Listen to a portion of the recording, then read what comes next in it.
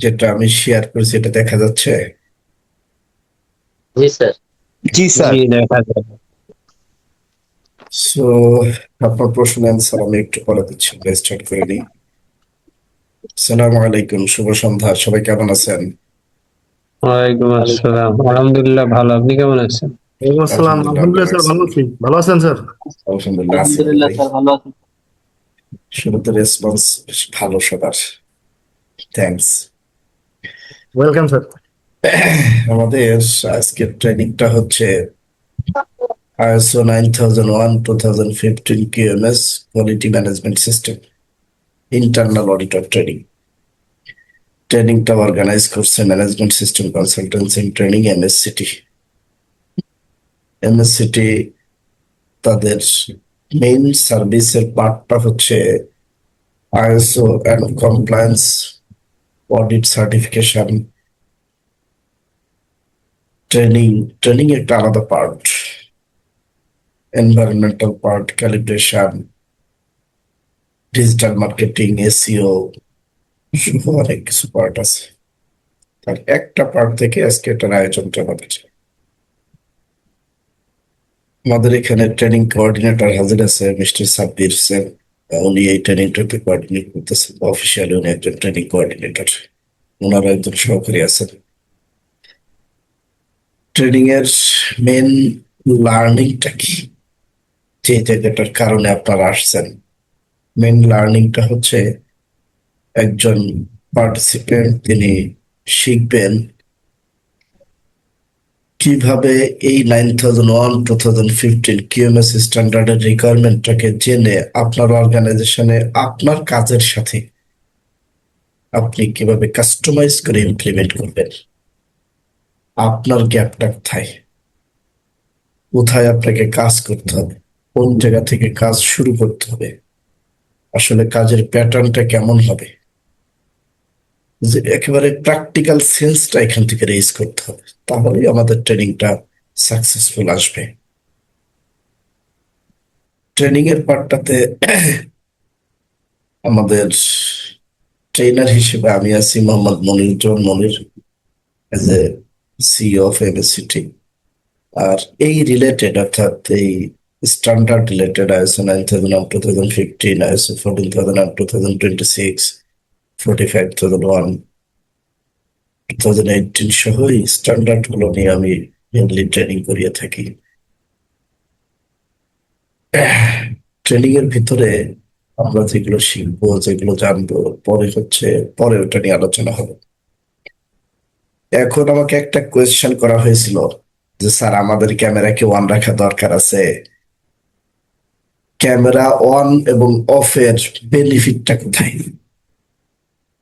আমি দেখতে পাচ্ছি এখানে মেহেদি ভাই এবং শাহিন আলম ভাই দুজনে ক্যামেরা অন করে আছে। এই দুজন ব্যক্তি চাইলেই এখন এক কাপ চা নিতে পারবে না।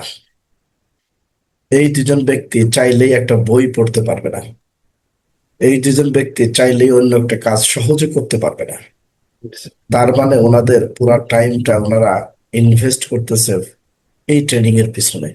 সো অ্যাবসেন্টিজম থাকবে না, লার্নিং ভালো হবে। জি স্যার।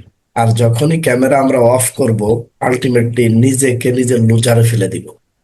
Yes sir. আমি চাইলে এই রুম থেকে ওই রুমে হাঁটতেছি, এই কাজটা করতেছি, শুয়ে আছি, বসে আছি, বাজারে যাচ্ছি, গাড়িতে থাকতেছি।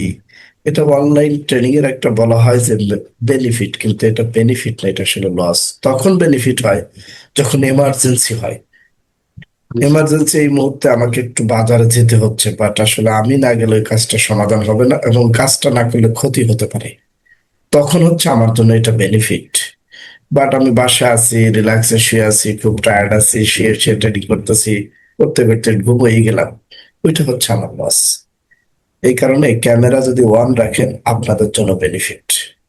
বাট এখানে কেউ ফ্যামিলির ভিতরে থাকতে পারে, ফ্যামিলিতে বিভিন্ন মানুষ আছে, তাদের চলাফেরার ক্ষেত্রে যদি কোনো প্রতিবন্ধকতা থাকে, অথবা এমন একটা জায়গা আছে আমি রিলেটিভের বাসায় আসছি বা অন্য কোথাও যেখানে আসলে ক্যামেরাটা অন করার পরিবেশ নেই, সেইটা ডিফারেন্ট ইস্যুস। আদারওয়াইজ যদি কেউ রিল্যাক্সে থাকেন, এনভায়রনমেন্ট যদি ফ্রুটফুল হয়, তাহলে ক্যামেরাটা অন করলে আপনার জন্য বেনিফিট।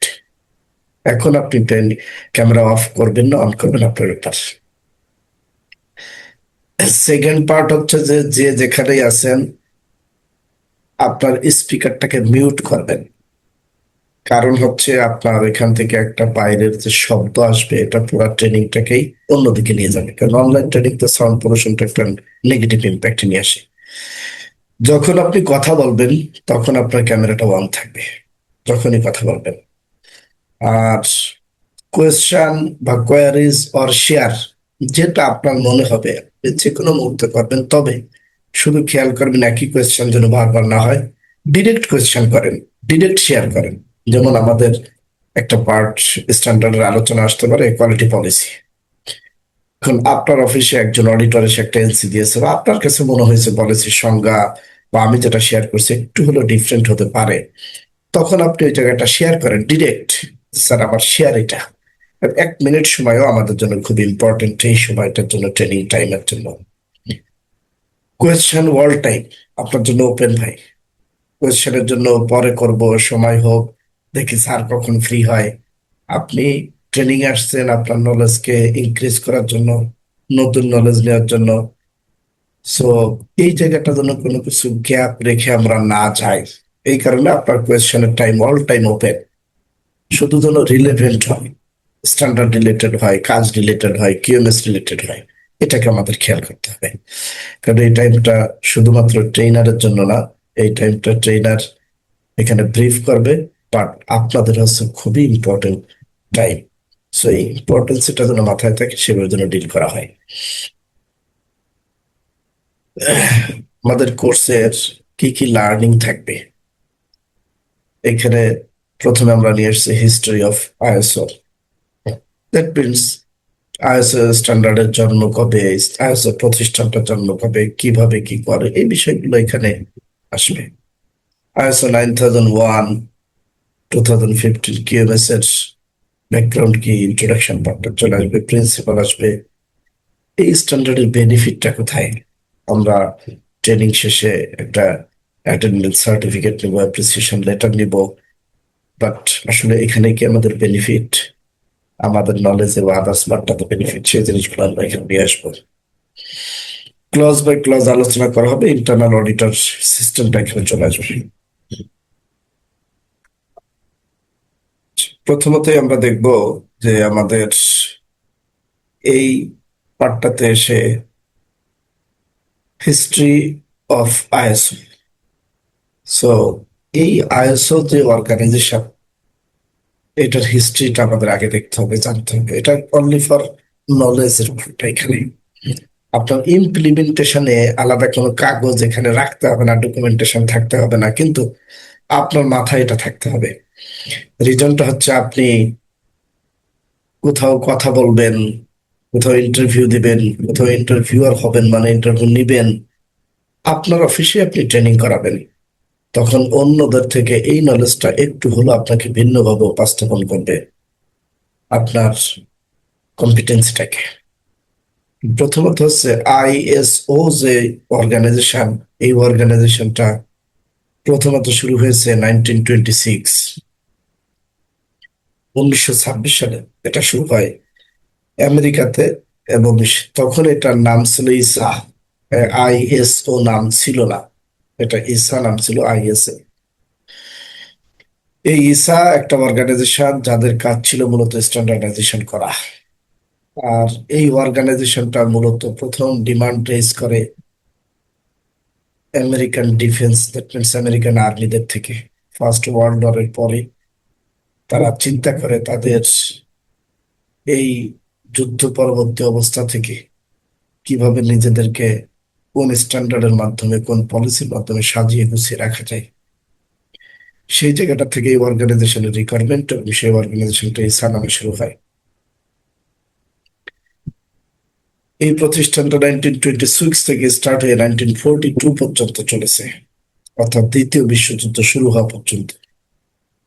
দ্বিতীয় বিশ্বযুদ্ধ যখন শুরু হয় তখন এই ইসা নামে অর্গানাইজেশনটা অফ হয়ে যায়।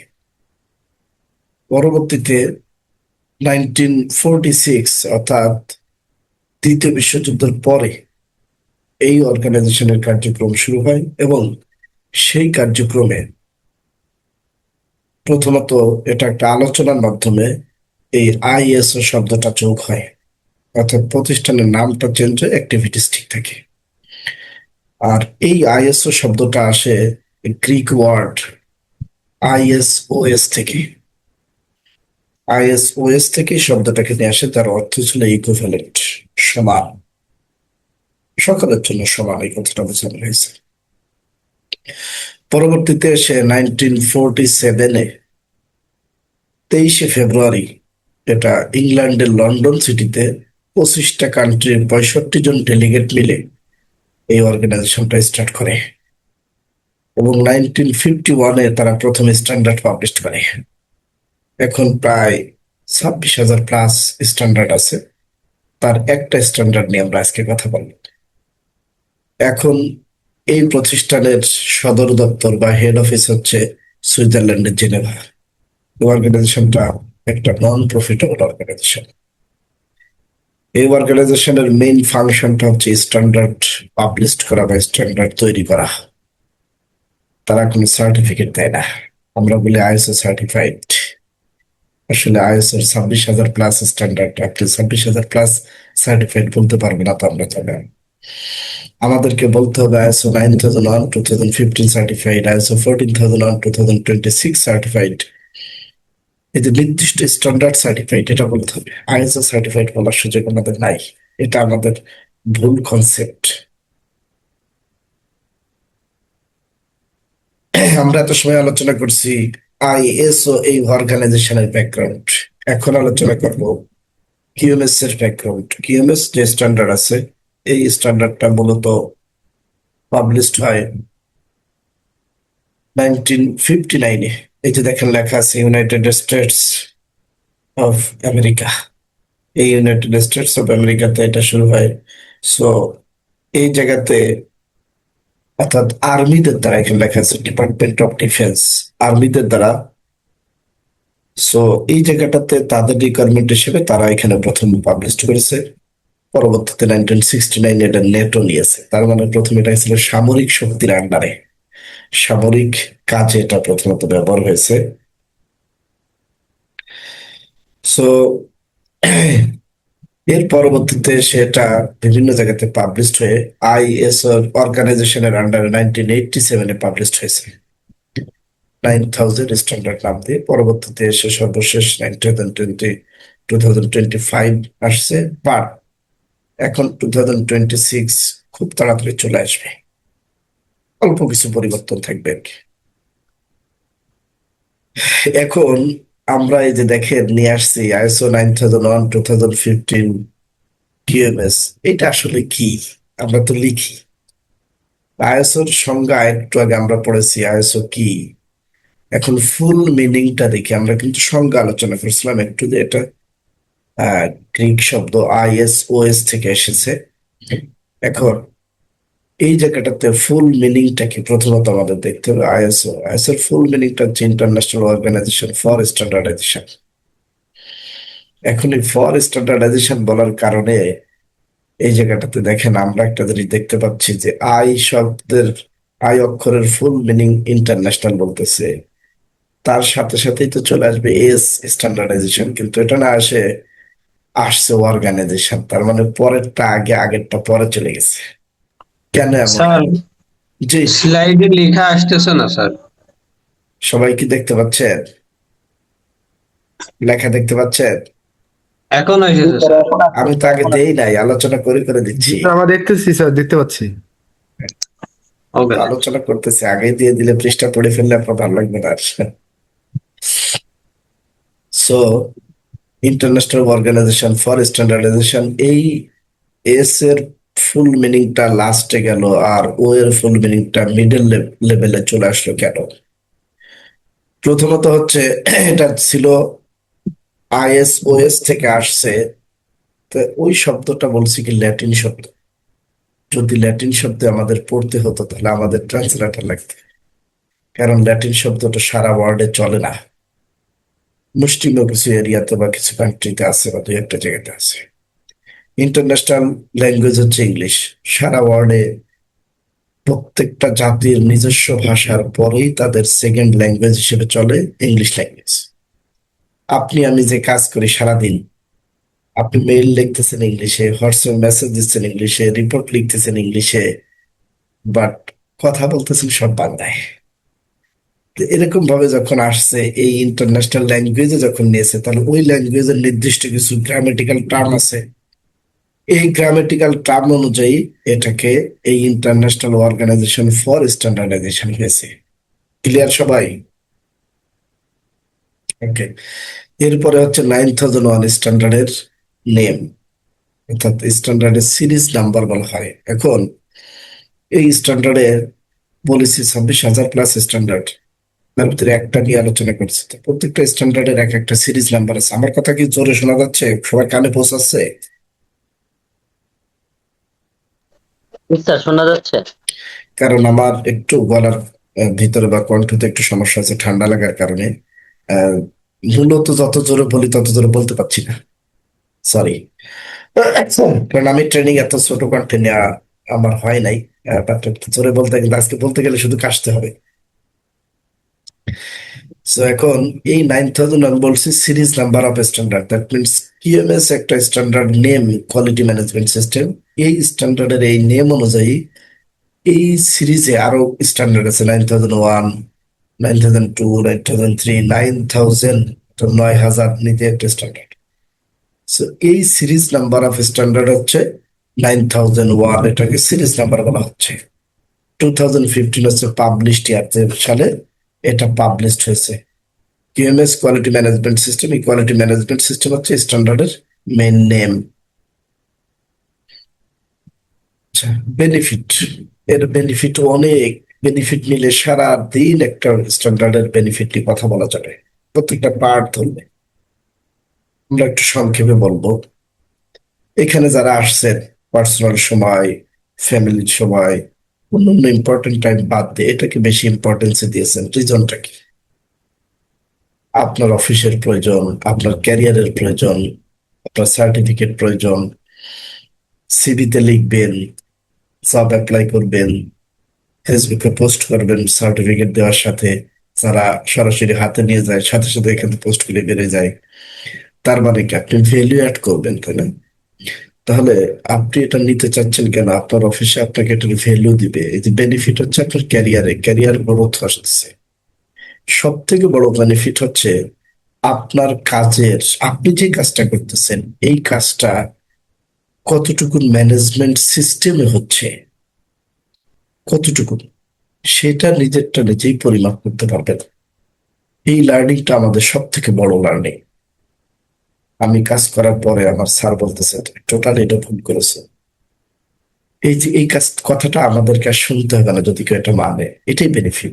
রিজনটা হচ্ছে স্ট্যান্ডার্ডে বলছে যে আপনি যা করবেন তার একটা এসওপি থাকতে হবে বা পলিসি থাকতে হবে। এই পলিসি বা এসওপি অনুযায়ী যদি আমরা করি তাহলে তা আমার ভুল হবে না। তাহলে আমি মাপতে পারতেছি আমার লেটার ইস্যু করার বা একটা রিপোর্ট করার ক্ষেত্রে যে আমার ভুল হবে কিনা। পলিসি যদি ফলো করি, ইনস্ট্রাকশন ফলো করলে তো আমার ভুল হচ্ছে না। তাহলে আমি মেপে বলতেছি এটা ঠিক আছে। কিন্তু আমার মেধার উপরে, আমার নলেজের উপরে ভিত্তি করে লেটারটা বা রিপোর্টটা ভিন্ন হতে পারে, এক্সপিরিয়েন্সের উপর ভিত্তি করে, ওইটা ডিফারেন্ট। কিন্তু আমি পলিসি ফলো করলে, ইনস্ট্রাকশন ফলো করলে ঠিক হবে। এটাই হচ্ছে বেনিফিট। অর্গানাইজেশন বেনিফিটেড হবে। এটা যারা শিখবে তাদেরকে যদি কাজগুলো করায়, তাহলে অর্গানাইজেশনের কাস্টমার স্যাটিসফ্যাকশন বাড়বে, কাস্টমারকে রেসপেক্ট করবে, নিজের ডিপার্টমেন্টাল সিস্টেম বাড়বে, অ্যাকাউন্টেবিলিটি বা জবাবদিহিতা সুন্দর হবে, রিপোর্টিংটা সুন্দর হবে। আলটিমেটলি প্রতিষ্ঠানটা একটু স্বীকৃতি পাবে যে না, এই প্রতিষ্ঠানটা ভালোভাবে চলে। এটা হচ্ছে বেনিফিট। ভালো ম্যান পাওয়ার থাকবে। ভ্যালু হচ্ছে প্রতিষ্ঠান ভিজিটিং কার্ড, ফ্যাক্টরির সামনে বা অফিসের সামনে তাদের বিভিন্ন টেন্ডারে তাদের বিভিন্ন বায়ার বা কাস্টমারের কাছে শো করে যে আমরা ISO 9001, 2015 সার্টিফাইড। এটা তো ভ্যালু অ্যাড করে। বেনিফিটের পরে ভ্যালুটা নিচ্ছে। যারা ব্যক্তি ভ্যালু নিচ্ছে, তিনার সিভিতে বা প্রোফাইলে এটাকে অ্যাড করতেছে, নলেজটা নিয়ে ইমপ্লিমেন্ট করতে পারছে, ওই সার্টিফিকেটটাকে সোশ্যাল মিডিয়াতে শো করতেছে, এটা হচ্ছে তিনি ভ্যালু নিচ্ছেন। সো এটাই হচ্ছে বেনিফিট। এইখানে কিছু দেওয়া আছে, এই যে মার্কেটেড ফর ইউর প্রোডাক্টস। এখন এই একটা পার্ট দিয়ে আমরা এখানে শেষ করব, ফর ইউর প্রোডাক্টস। এখন আমার তো ভাই প্রোডাক্ট নাই, আমি তো সার্ভিস প্রোভাইডার্স, তাহলে এখানে কি কথা বলবো?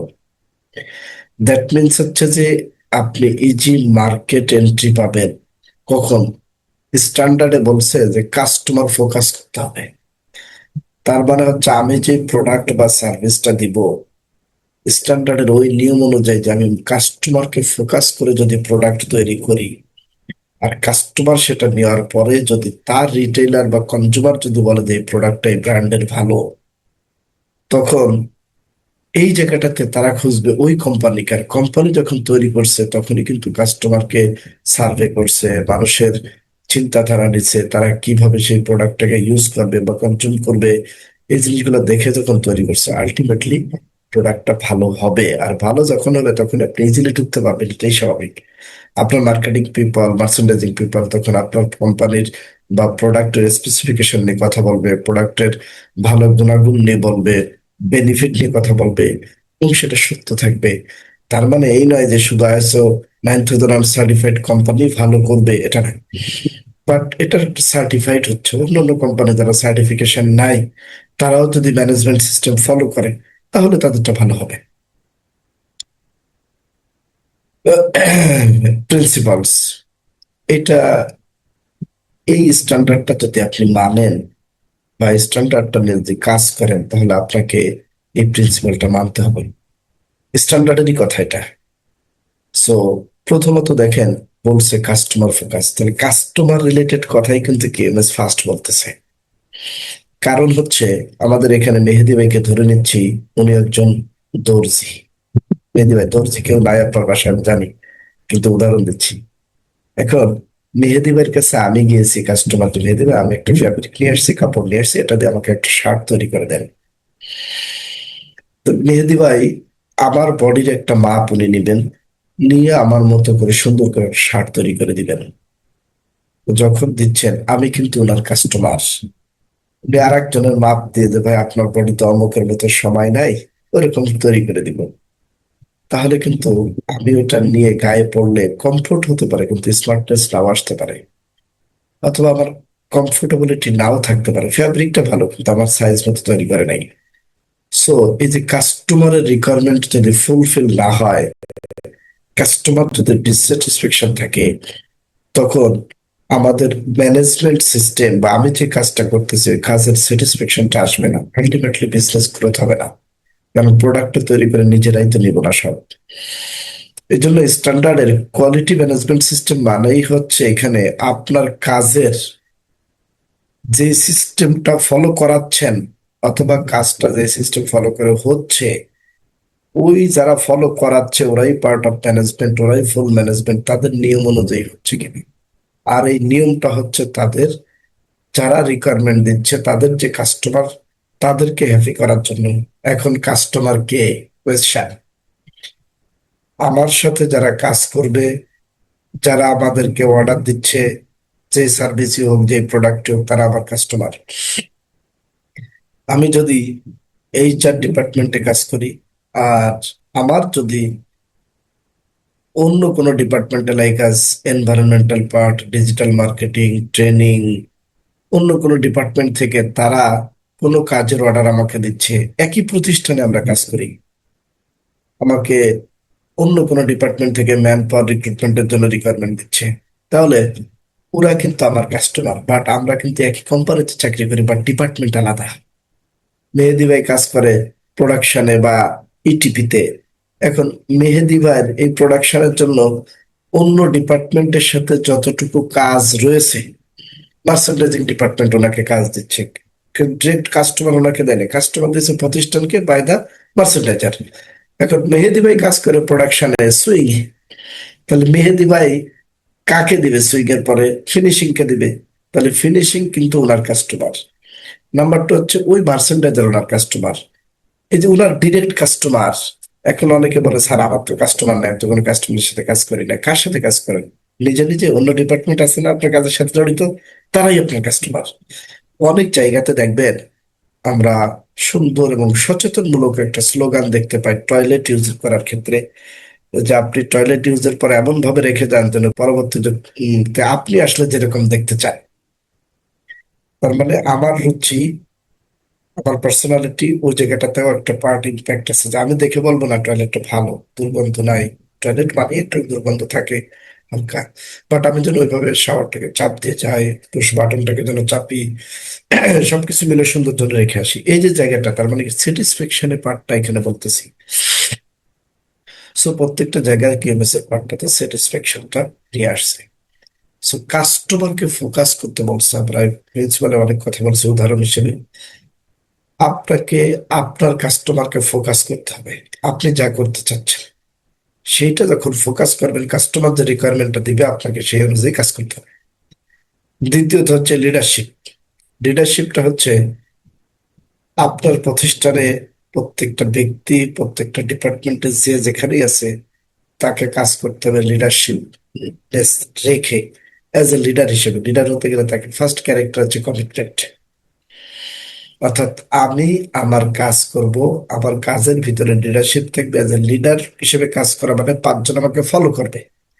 আর আমাকে ফলো কখন করবে? যখন আমার কাজে ভুল হবে না বা ভুলের পরিমাণ কম হবে, শেয়ারিং থাকবে, কমিউনিকেশন থাকবে, প্রপারলি রিপোর্ট থাকবে, সবকিছু মিলেই তখন আমাকে অন্যদের থেকে ভিন্ন করবে।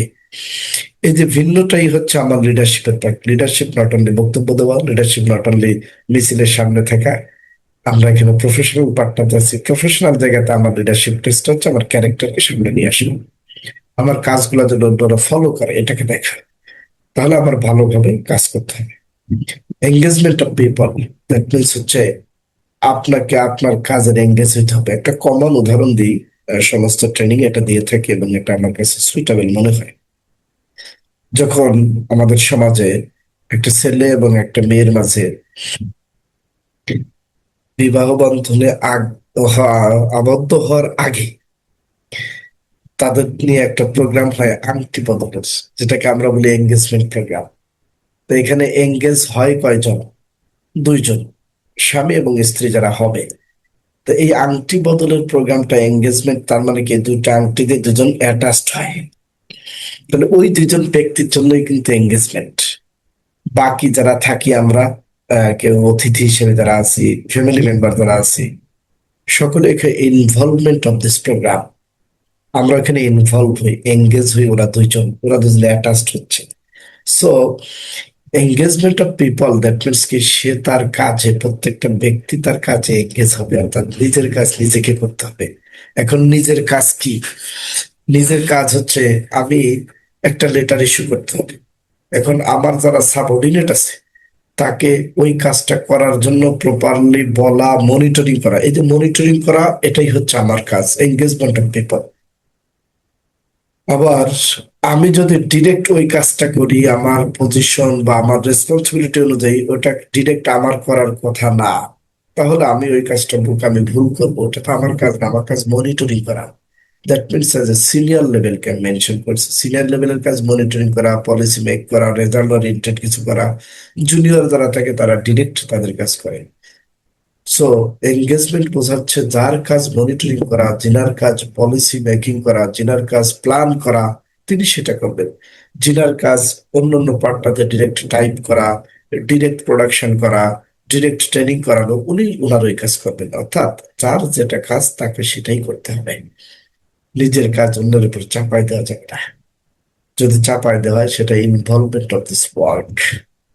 যদি নিজে করেন, engagement of this work. Process approach বলতে বোঝায় আপনি যে কাজটা করতেছেন, এই কাজটা করার ক্ষেত্রে নির্দিষ্ট কোনো নিয়ম কানুন রয়েছে। সেই নিয়ম কানুনের উপর ভিত্তি করে আপনাকে কাজটা করতে হবে। তার মানে প্রসেস বলতে কি বোঝাচ্ছি? আপনি যে কাজটা করতেছেন, যে আমি এখন এই কাজটা করব, এই কাজ যেটা করতেছেন সেটা নির্দিষ্ট কিছু প্রসেসে থাকতে হবে। বাট সেটাকে অ্যাপ্রোচ করা মানে কি? দেখানো। অ্যাপ্রোচ করা মানে দেখানো। তাহলে আপনি প্রসেস অ্যাপ্রোচ, কাজ করতে গেলে সেই কাজের ইনস্ট্রাকশন দেখাইতে হবে, পলিসি দেখতে হবে, প্রসিডিউর দেখতে হবে। এই কথা বোঝানো হয়েছে।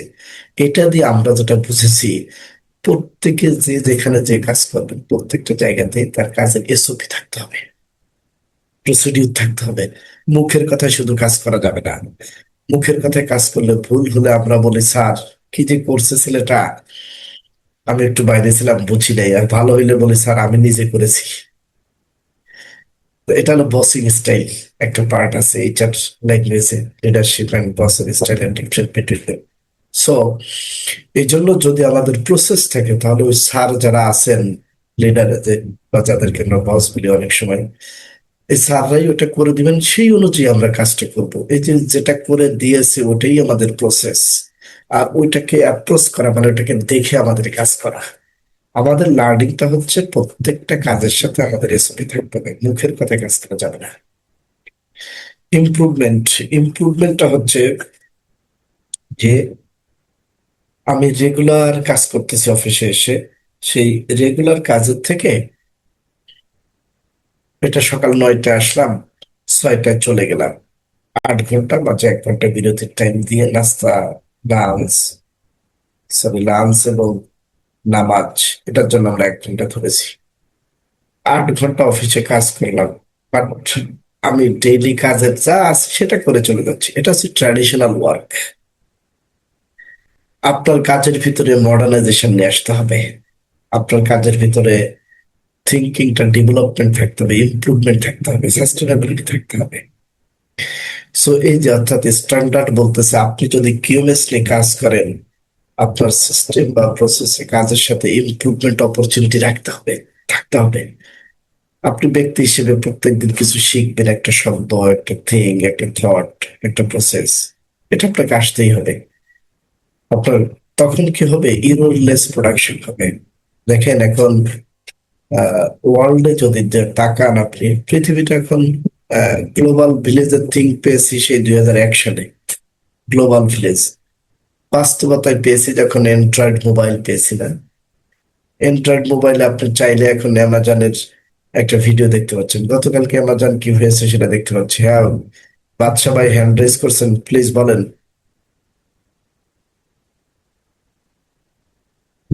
আচ্ছা, উনি মনে হয় মিস্টেক করছে। সো এটা হলো গ্লোবাল ভিলেজ।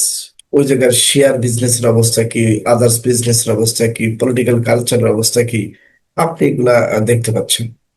এটা হলো গ্লোবাল ভিলেজের মাধ্যমে আসছে, আমরা কনসেপ্ট গুলো পাচ্ছি। বাট এটা আমরা এখন সুন্দর করে দেখতে পাচ্ছি কি ডিজিটাল ওয়ার্ল্ডের কারণে। আপনার কাছে মোবাইল আছে, অ্যাপস আছে, আপনি দেখতে পাচ্ছেন। এটা হচ্ছে আপনার ইমপ্রুভমেন্ট পার্ট। এখন আপনি কোথাও জব করতে গেলে আপনি যে যদি বলেন বা আমি যদি বলি স্যার আমি বাটন ফোন ইউজ করি, আপনি যত ভালো কোয়ালিফাইড হন আপনাকে নিবে না। কেন নিবে না? ওই অফিসে ঢোকার সাথে বলবে আমাদের একটা হোয়াটসঅ্যাপ গ্রুপ আছে, আমাদের অফিসে এই হোয়াটসঅ্যাপ গ্রুপে হচ্ছে সারাদিন আমরা মেসেজ লেনদেন করি। তা আপনি তো স্যার বাটন ফোন দিয়ে তো এটা দেখতে পারবেন না। আপনাকে রাত 2টার সময় বায়ার মেসেজ দেবে, আপনি রাত 2টায় রিসিভ করার দরকার নেই। বাংলাদেশের কালচার আমরা 2টায় ঘুমিয়ে যাই। সকালবেলা উঠেই যেন আপনার ল্যাপটপ ওপেন না করে মোবাইলটার মেইলটা যেন আপনি চেক করতে পারেন। তাহলে মানে আচ্ছা, আমাদের ইমপ্রুভমেন্ট দরকার এই জায়গাগুলোতে। সো তা আমার ওই নলেজটাতে যেতে হবে। এখন রিক্রুটমেন্টের টাইমে প্রেজেন্ট আমাকে আজকে একজন ফোন দিয়েছে, তাদের কিউএমএস এ রিকোয়ারমেন্ট রয়েছে, তারা 38 বা 40,000 টাকা দিবে অ্যাজ এ কিউএমএস। যদি কেউ এক্সপার্ট থাকে, টেকনিক্যাল আর ডিটেল দিকে এক্সপার্ট থাকেন, এখানে জব সার্চ করতে চাইলে আমার সাথে ট্রেনিং এর পরে কথা বলেন। সো আশুলিয়া বা সাভারের দিকে ফ্যাক্টরি হবে। তো এখন বলতেছে যে স্যার, তিনি যদি এআই সম্পর্কে, চ্যাট জিপিটি সম্পর্কে যেন ধারণা থাকে। তাহলে এই চ্যাট জিপিটি এআই আমরা কতদিন আগে শিখছি, এই যে ইমপ্রুভমেন্ট কোথায়? এখন আমরা খুব ভালো কাজ করতেছি অফিসে, বাট আমি চ্যাট জিপিটির ভার্সন গুলো জানি না, আমি চ্যাট জিপিটি পারচেস করার সিস্টেম জানি না। চ্যাট জিপিটিতে কয়েকটা পার্ট আছে, ওখানে একটা আছে ইনস্ট্যান্ট রেজাল্ট দেয়, একটা আছে থিঙ্কিং করে দিচ্ছে। তাহলে আমি কোনটা নিবো? তার মানে আমাকে কিন্তু ওই জায়গাটাও ট্রেনিং করতে হবে। এখন আমি চ্যাট জিপিটি নিয়ে কোনো চাকরি করি না, চ্যাট জিপিটি নিয়ে কাজ করে এমন কোনো ফার্মে জব করি না, কিন্তু আমার প্রতিষ্ঠানে আমার পারফরমেন্সের জন্য আমার এটা দরকার। এই যে ইমপ্রুভমেন্ট, ইমপ্রুভমেন্ট বলতে আপনি একটা মেশিন দিয়ে 2টা প্রোডাক্ট বানাবেন একই টাইমের ভিতরে, এটাও যেমন সত্য, ওটা সম্ভব হয় না সবসময়। কিন্তু নিজের ইমপ্রুভমেন্ট করতে হবে এই জায়গাগুলোতে। তার মানে আপনাকে এই ডিজিটাল ওয়ার্ল্ডের সাথে চলতে হবে। This is improvement. Paper print কমাইতে হবে, কোন প্রসিডিউরে হিউজ পেপার প্রিন্ট দিচ্ছেন, এটা নিয়ে চিন্তা করেন। যে স্যার আমাদের এইগুলো প্রিন্ট দেওয়া লাগে না, এগুলো জাস্ট মেইলে বা হোয়াটসঅ্যাপ মেসেজ দিলে প্রিন্ট করলে মানে আমাদের কষ্ট চলে যাচ্ছে, এনভায়রনমেন্ট পলিউশন হচ্ছে। এটা আপনার থিঙ্ক করে আসতে পারে, এটা আপনার হচ্ছে ইমপ্রুভমেন্ট। অ্যাটেন্ডেন্সের পার্টটা আসতে পারে, অর্থাৎ আপনি যেই কাজে আছেন ওই কাজটা কিভাবে ডে বাই ডে ইমপ্রুভমেন্ট করা যায় সেইটা কিভাবে আপনাকে লার্নিং করতে পারতেছেন। Evidence based decision making number 6, অর্থাৎ আপনি আপনার প্রতিষ্ঠানে যে কোনো সিদ্ধান্ত যখন নেবেন সেই সিদ্ধান্তর আগে তার মানে কি একটা অভিযোগ হোক, অনুযোগ হোক, একটা প্ল্যান হোক, একটা মিটিং হোক, একটা কিছু থাকতে হবে। আপনি চাইলেই কোনো ধরনের এভিডেন্স ছাড়া কোনো ডিসিশন নিলে সেই ডিসিশনটা নেগেটিভ রেজাল্ট আসতেই পারে। যদি তার আগে কোনো সার্ভে বা কোয়ারিজ রিপোর্ট থাকে সেই ক্ষেত্রে এটা আপনার কোনো নেগেটিভ রেজাল্ট না আসার সম্ভাবনা বেশি। এই জন্য বলছেন যে কোনো সিদ্ধান্ত যখন আপনি নেবেন তাহলে সেই সিদ্ধান্তটা হবে এভিডেন্স মানে প্রমাণ বেস, প্রমাণ থাকতে হবে, অবজেক্টিভ এভিডেন্স থাকতে হবে। আমি মেহেদী ভাই সম্পর্কে বললাম, রিয়াজুল ভাই সম্পর্কে বলছি, শাহিন আলম সম্পর্কে বললাম, স্যার এটা ভালো না, বাদ দিবেন। স্যার বললো যে 3 জন বিদায়, বাট আমি বলেছি কি 3 জনের কাজ ভালো, আমি ওদের সাথে পেরে উঠতেছি না, ওদের লেভেলে আমি যেতে পারছি না, বাট আমি শত্রুতা করে কথাটা বলছি, কিন্তু আমার কাছে কোনো প্রমাণ নেই। আমার স্যার আমাকে এত ভালোই বাসে, অন্ধ ভালোবাসা দিয়ে দেখলো স্যার 3টা এমপ্লয় হারালো যারা কোম্পানির জন্য চরম বা হাই লেভেলের asset, important asset. But sir যদি আমাকে বলতো মিস্টার মনির তুমি বলছো এটার একটা রেফারেন্স দাও, কি আছে তোমার কাছে, প্রমাণ দাও, এভিডেন্স দাও, দেন এই জিনিসটা প্রপারলি হতো। এই জন্য বলছে evidence based decision making. Finally হচ্ছে রিলেশনশিপ ম্যানেজমেন্ট, অর্থাৎ অফিসে সকলের সাথে সকলেরই যে পজিশন বা যে লেভেলই হোক না কেন প্রত্যেকে যার যার সাথে কাজ করেন তাদের সাথে সুন্দর রিলেশন থাকতে হবে, প্রফেশনাল রিলেশনশিপটা রেখে আপনাকে কাজ করতে হবে। সবাই কি স্যার ক্লিয়ার এই প্রিন্সিপাল গুলা নিয়ে? কারোর কোনো প্রশ্ন আছে? না, আমার নাই। অন্য কারোর আছে স্যার? না স্যার, ক্লিয়ার আছে স্যার। আচ্ছা, থ্যাংক ইউ। স্যার কোশ্চেন নাই। আমাদের এখনকার পার্ট হচ্ছে পিডিসিএ। পিডিসিএটা দেখেন, এই 4টা শব্দ অক্ষরের সাথে আমরা সবাই পরিচিত, প্ল্যান টু চেক। এইখানে যেটা নিয়ে আসা হয়েছে, আপনি কিভাবে কাজ শুরু করবেন, কোথা থেকে কাজ শুরু করবেন। আমাকে বললো, রাকিব ভাই বললো স্যার আমি তো অনেক কিছু জানি, কাজ শুরু করতে পারছি না। আমি অনেক কিছু জানি, ম্যানেজমেন্ট আমাকে কাজ করতে দিচ্ছে না। ওই জায়গাটার অ্যান্সার এখানে যে আমি জানি, আমি পারি, করতে পারতেছি না, আমি জানি না কোথা থেকে কাজ শুরু করবো। সিম্পল, ম্যানেজমেন্ট আপনাকে যেহেতু কাজ করতে দিচ্ছে, বেতন দিচ্ছে, ডেইলি অফিসে ঢুকতে দিচ্ছে, বের হতে দিচ্ছে, তার মানে আপনাকে তো বিনা পয়সায় বসায় রাখে নাই, আপনাকে তো ওএসডি করে নাই। হ্যাঁ, যেহেতু আপনাকে বসায় কাজ দিচ্ছে তার মানে আপনাকে কাজ করতে দিচ্ছে, আর ওই কাজটাই জাস্ট এতটুকু কিএমএস এর সিস্টেমে করতে হবে। আপনার কাজটার কোয়ালিটি যেন ম্যানেজমেন্ট সিস্টেম অনুযায়ী হয়। তো প্রথমত বলছে ইনপুট, এখানে একেবারে বাম পাশে দেখেন ইনপুট লেখা আছে, একটা তীর চিহ্ন দিয়ে নিচে নিয়ে আসা হয়েছে রিকোয়ারমেন্টস। এখন সিম্পল হিসাব হচ্ছে আপনার কাজ আপনি করতেছেন, আপনার সিনিয়র আপনাকে কাজ দিয়েছে, ওই কাজটা হচ্ছে আপনার জন্য রিকোয়ারমেন্ট যেটা আপনাকে দিচ্ছে। আপনি অফিসে গেছেন, যাওয়া মাত্র বলছে যে আজকে কাজ হচ্ছে পার্সোনাল ফাইল গুলো লেখা, কারোর জন্য আজকের কাজ একটা মিটিং অ্যাটেন্ড করা, কারোর জন্য কাজ হচ্ছে সুইং করা, কারোর জন্য কাজ হচ্ছে ক্লিন করা, কারোর জন্য কাজ হচ্ছে ইন্টারভিউ নেওয়া। সো এক একজন ব্যক্তি এক একটা ডিপার্টমেন্টে এক এক ধরনের রেসপন্সিবিলিটি নিয়ে আমরা থাকি। সেই রেসপন্সিবিলিটির জায়গাটাতে আমার উপরে যে কাজ যখন আসে ওইটাই হচ্ছে আমার রিকোয়ারমেন্ট। তাহলে আমার কাজের ইনপুট হচ্ছে ওইটা। ইন জেনারেলি আমরা যদি ইনপুট শব্দটা দেখি তাহলে আমাদেরকে ভাবতে হয় যে ইনপুট মানে হচ্ছে র মেটেরিয়ালস আসা, আসলে র মেটেরিয়ালস না। ইনপুট হচ্ছে আমি র মেটেরিয়ালস কে ভাববো প্রোডাকশনে কাজ করলে, স্টোরে কাজ করলে, ওইটা হচ্ছে আমার র মেটেরিয়ালস। আমার জন্য কাজ হচ্ছে মেটেরিয়ালস, ওইটা আমি যেটা করব। সবাইকে আমি পানি খাওয়াবো, এখন এখানে 13 জন লোক আছে আমি সহ, সবাইকে আমার এখন কাজ হচ্ছে, যখনই আপনারা এখানে হাজির হয়েছেন, আমি আজ অফিস বয় সবাইকে পানি দিতে হবে। এই পানি দেওয়াটা হচ্ছে আমার কাজ। তাহলে কাজের রিকোয়ারমেন্ট হচ্ছে ওয়াটার। এই পানিটা যখন আমি দিব, সবাই পানিটা পান করার পরে যেন বলে না গ্লাসের সাইজটা যেরকম দরকার ছিল ওইটাই আছে, পানিটা পিউরিফাই করা আছে, অর্থাৎ খাওয়ার পরে পরিমাণটাও ঠিক আছে, পানিটাও সাধারণ আছে, এবং পানির গ্লাসটা ক্লিন আছে। এই জিনিসগুলো দেখার পরে বললো তোরা পানিটা খেয়ে পিপাসা মিটেছে, গ্লাসটা ক্লিন ছিল, ভালো লেগেছে, তুমি ভালোভাবে পানিটা দিয়েছো। এটাই হচ্ছে আমার ম্যানেজমেন্ট সিস্টেম। এখন দেখেন, এই ইনপুট দিয়ে আমরা যেখানে কাজ করি, আমাদের রিয়াজুল ভাই ইটিপিতে কাজ করে, তাহলে উনার ইটিপির ইনপুট কি? উনি যে ইটিপিতে কাজ করে, তাহলে উনার ইনপুট কিন্তু এখানে কোনো ধরনের ফ্যাব্রিক না, কোনো ধরনের প্লাস্টিকের দানা না, কোনো ধরনের উডেন প্লেট না, বা কাঠ না। উনার এখানে ম্যাটেরিয়ালস হচ্ছে পানি।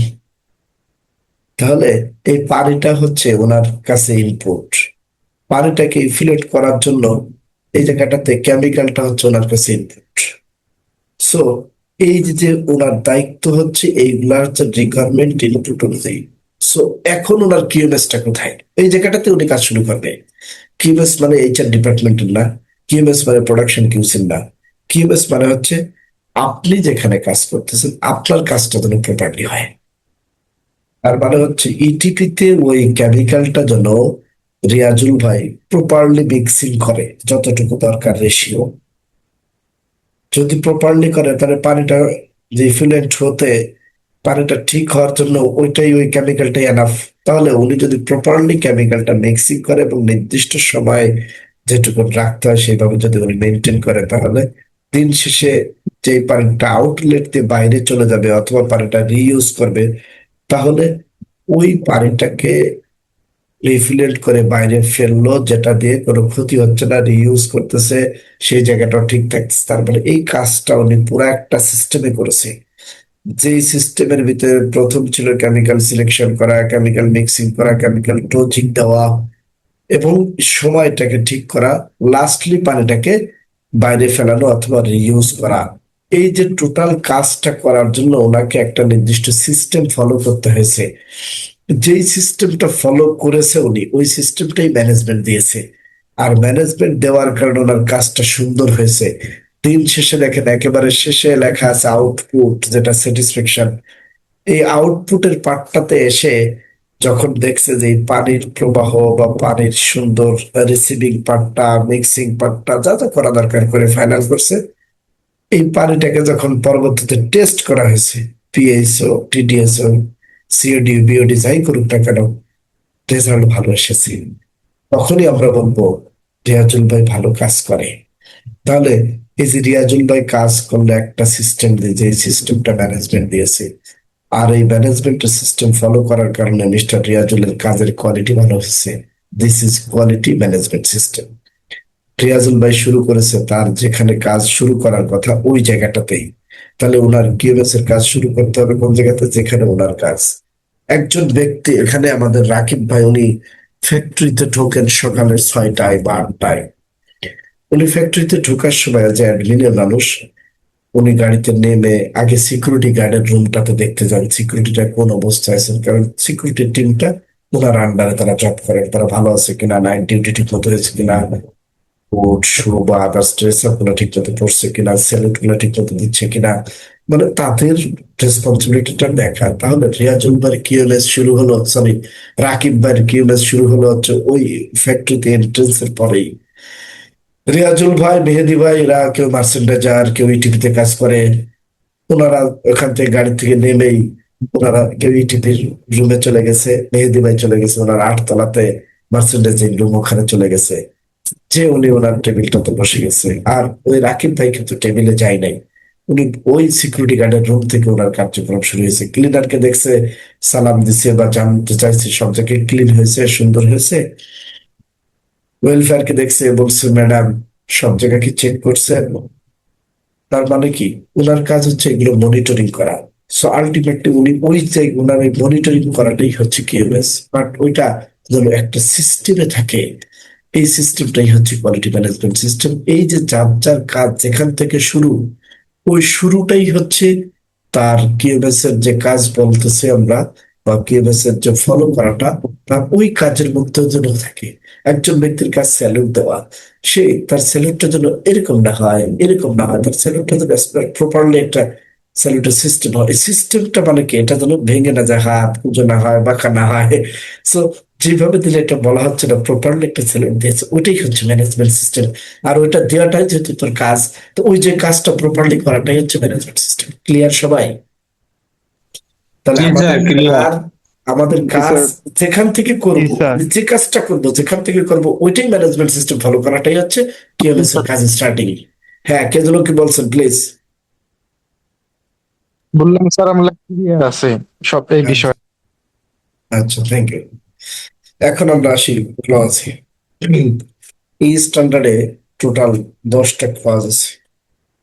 10টা ক্লজের দুইটা ভাগ করেছি আমরা। এই দুইটা ভাগে প্রথম পার্টটা হচ্ছে, দেখেন আমরা বলতেছি এটাকে ইনফরমেটিভ বা সাপোর্টিভ ক্লজ। কি কারণে? এটা রিকোয়ারমেন্ট না। স্ট্যান্ডার্ড বলছে রিকোয়ারমেন্ট হচ্ছে ক্লাস 4 থেকে 10 পর্যন্ত। তার মানে তার আগে তাহলে এই 3টা ক্লাস দিয়েছে কেন তারা? রিকোয়ারমেন্ট যেতেন, বাট এই জন্য এটা ইনফরমেটিভ বা সাপোর্টিভ ক্লাস হিসেবে আমি বিবেচনা করেছি। এই জন্য আমি ব্যক্তিগতভাবে বলছি, এটা স্ট্যান্ডার্ডে লেখা নাই। তো প্রথম ক্লজের পার্টটা দেখেন, এখানে স্কোপ। স্কোপ বলতে বোঝায় বাউন্ডারি। বাউন্ডারি হচ্ছে, অর্থাৎ আমরা তো বাউন্ডারি সম্পর্কে জানি, চারিদিকে একটা বাউন্ডারি দেওয়া, সেটা দড়ি দিয়ে হোক, সুতা দিয়ে হোক, দেয়াল দিয়ে হোক, একটা এরিয়াকে নির্ধারণ করা। তা এই স্ট্যান্ডার্ডের বাউন্ডারি কোথায়? প্রথমত হচ্ছে, এই স্ট্যান্ডার্ডটা পৃথিবীর যে কোনো প্রান্তে, যে কোনো জায়গাতেই হোক না কেন, এটা ইমপ্লিমেন্ট করতে পারবে। বাট শর্ত হচ্ছে, প্রথম সেটা একটা প্রতিষ্ঠান হইতে হবে। এটা অ্যাপ্লিকেবল টু এনি অর্গানাইজেশন, সে যেখানেই হোক না কেন। এটা কারোর জন্য ম্যান্ডেটরি না।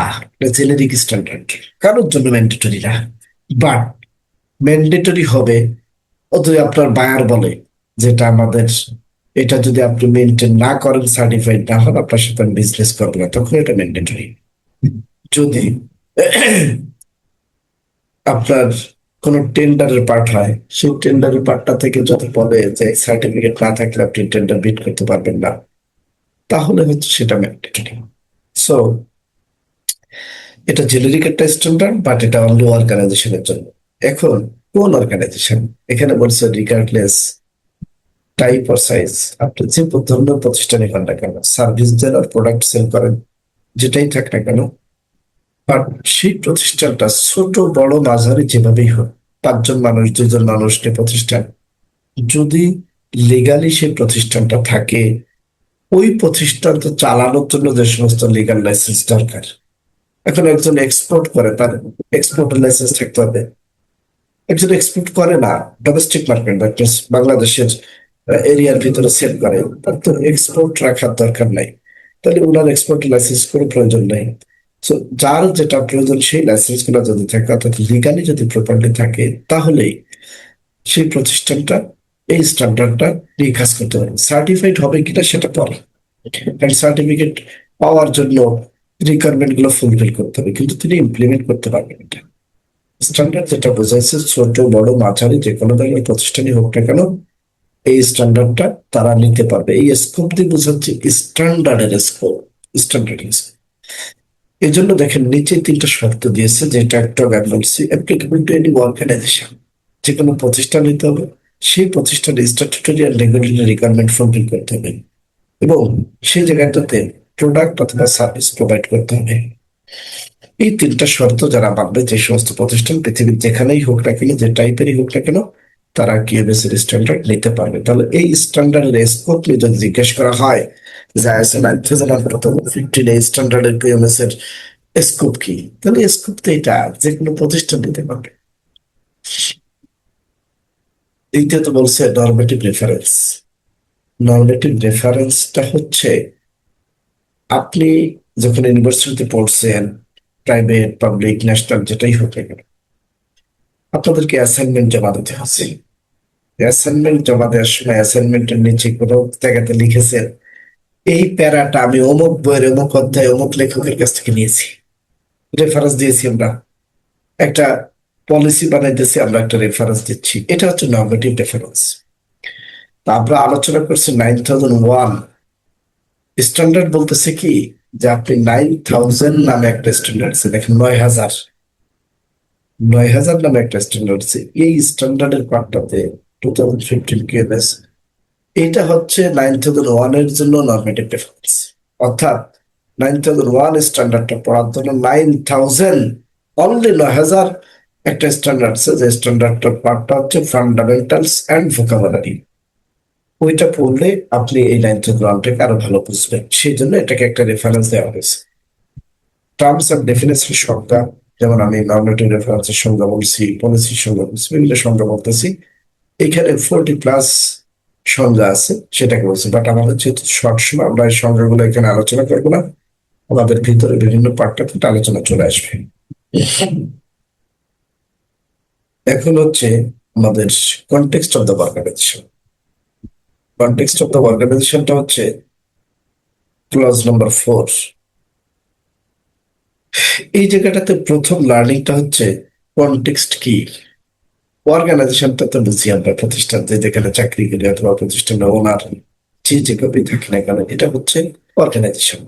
কিন্তু কনটেক্সট অফ দ্য অর্গানাইজেশন কি? কনটেক্সট অফ দ্য অর্গানাইজেশন হচ্ছে আপনার প্রতিষ্ঠানের অবস্থান জানা বোঝা, আপনার প্রতিষ্ঠানের, অর্থাৎ আপনার প্রতিষ্ঠানটা কিভাবে চলে, কিসের মাধ্যমে চলে, কিভাবে চালাইতেছেন, কোন ধরনের পলিসি আছে, কোন ধরনের কালচার আছে। সো এই পলিসি, কালচার, এই জিনিসগুলা আপনার জানতে হবে। এই জিনিসগুলো যখন জানবেন, তখনই হচ্ছে আপনার প্রতিষ্ঠান সম্পর্কে আপনার ধারণা হবে। আমি আমার প্রতিষ্ঠানটাকে পরিচালনা করি, লিভ পলিসির ভিতরে একটা জায়গাতে আছে এক্সাম পলিসি। যদি কেউ আমাদের প্রতিষ্ঠানে জব করে, তিনি যদি কোনো পড়াশোনা করেন, সেই পড়াশোনা করলে কোনো টাইমে যদি উনি এক্সাম দেন, এক্সামের টাইমে উনি ছুটি পাবেন। এখন আপনি যে প্রতিষ্ঠানে জব করতেছেন, ওইখানে ছুটির টাইপ যদি ধরি, casual leave, sick leave, earn leave আছে, এরপরে হচ্ছে ফেস্টিভ্যাল লিভ। এই কটা দেওয়ার পরে আমাদের এমএসসিটিতে আমরা এক্সাম লিভ রেখেছি, এমার্জেন্সি লিভ রেখেছি।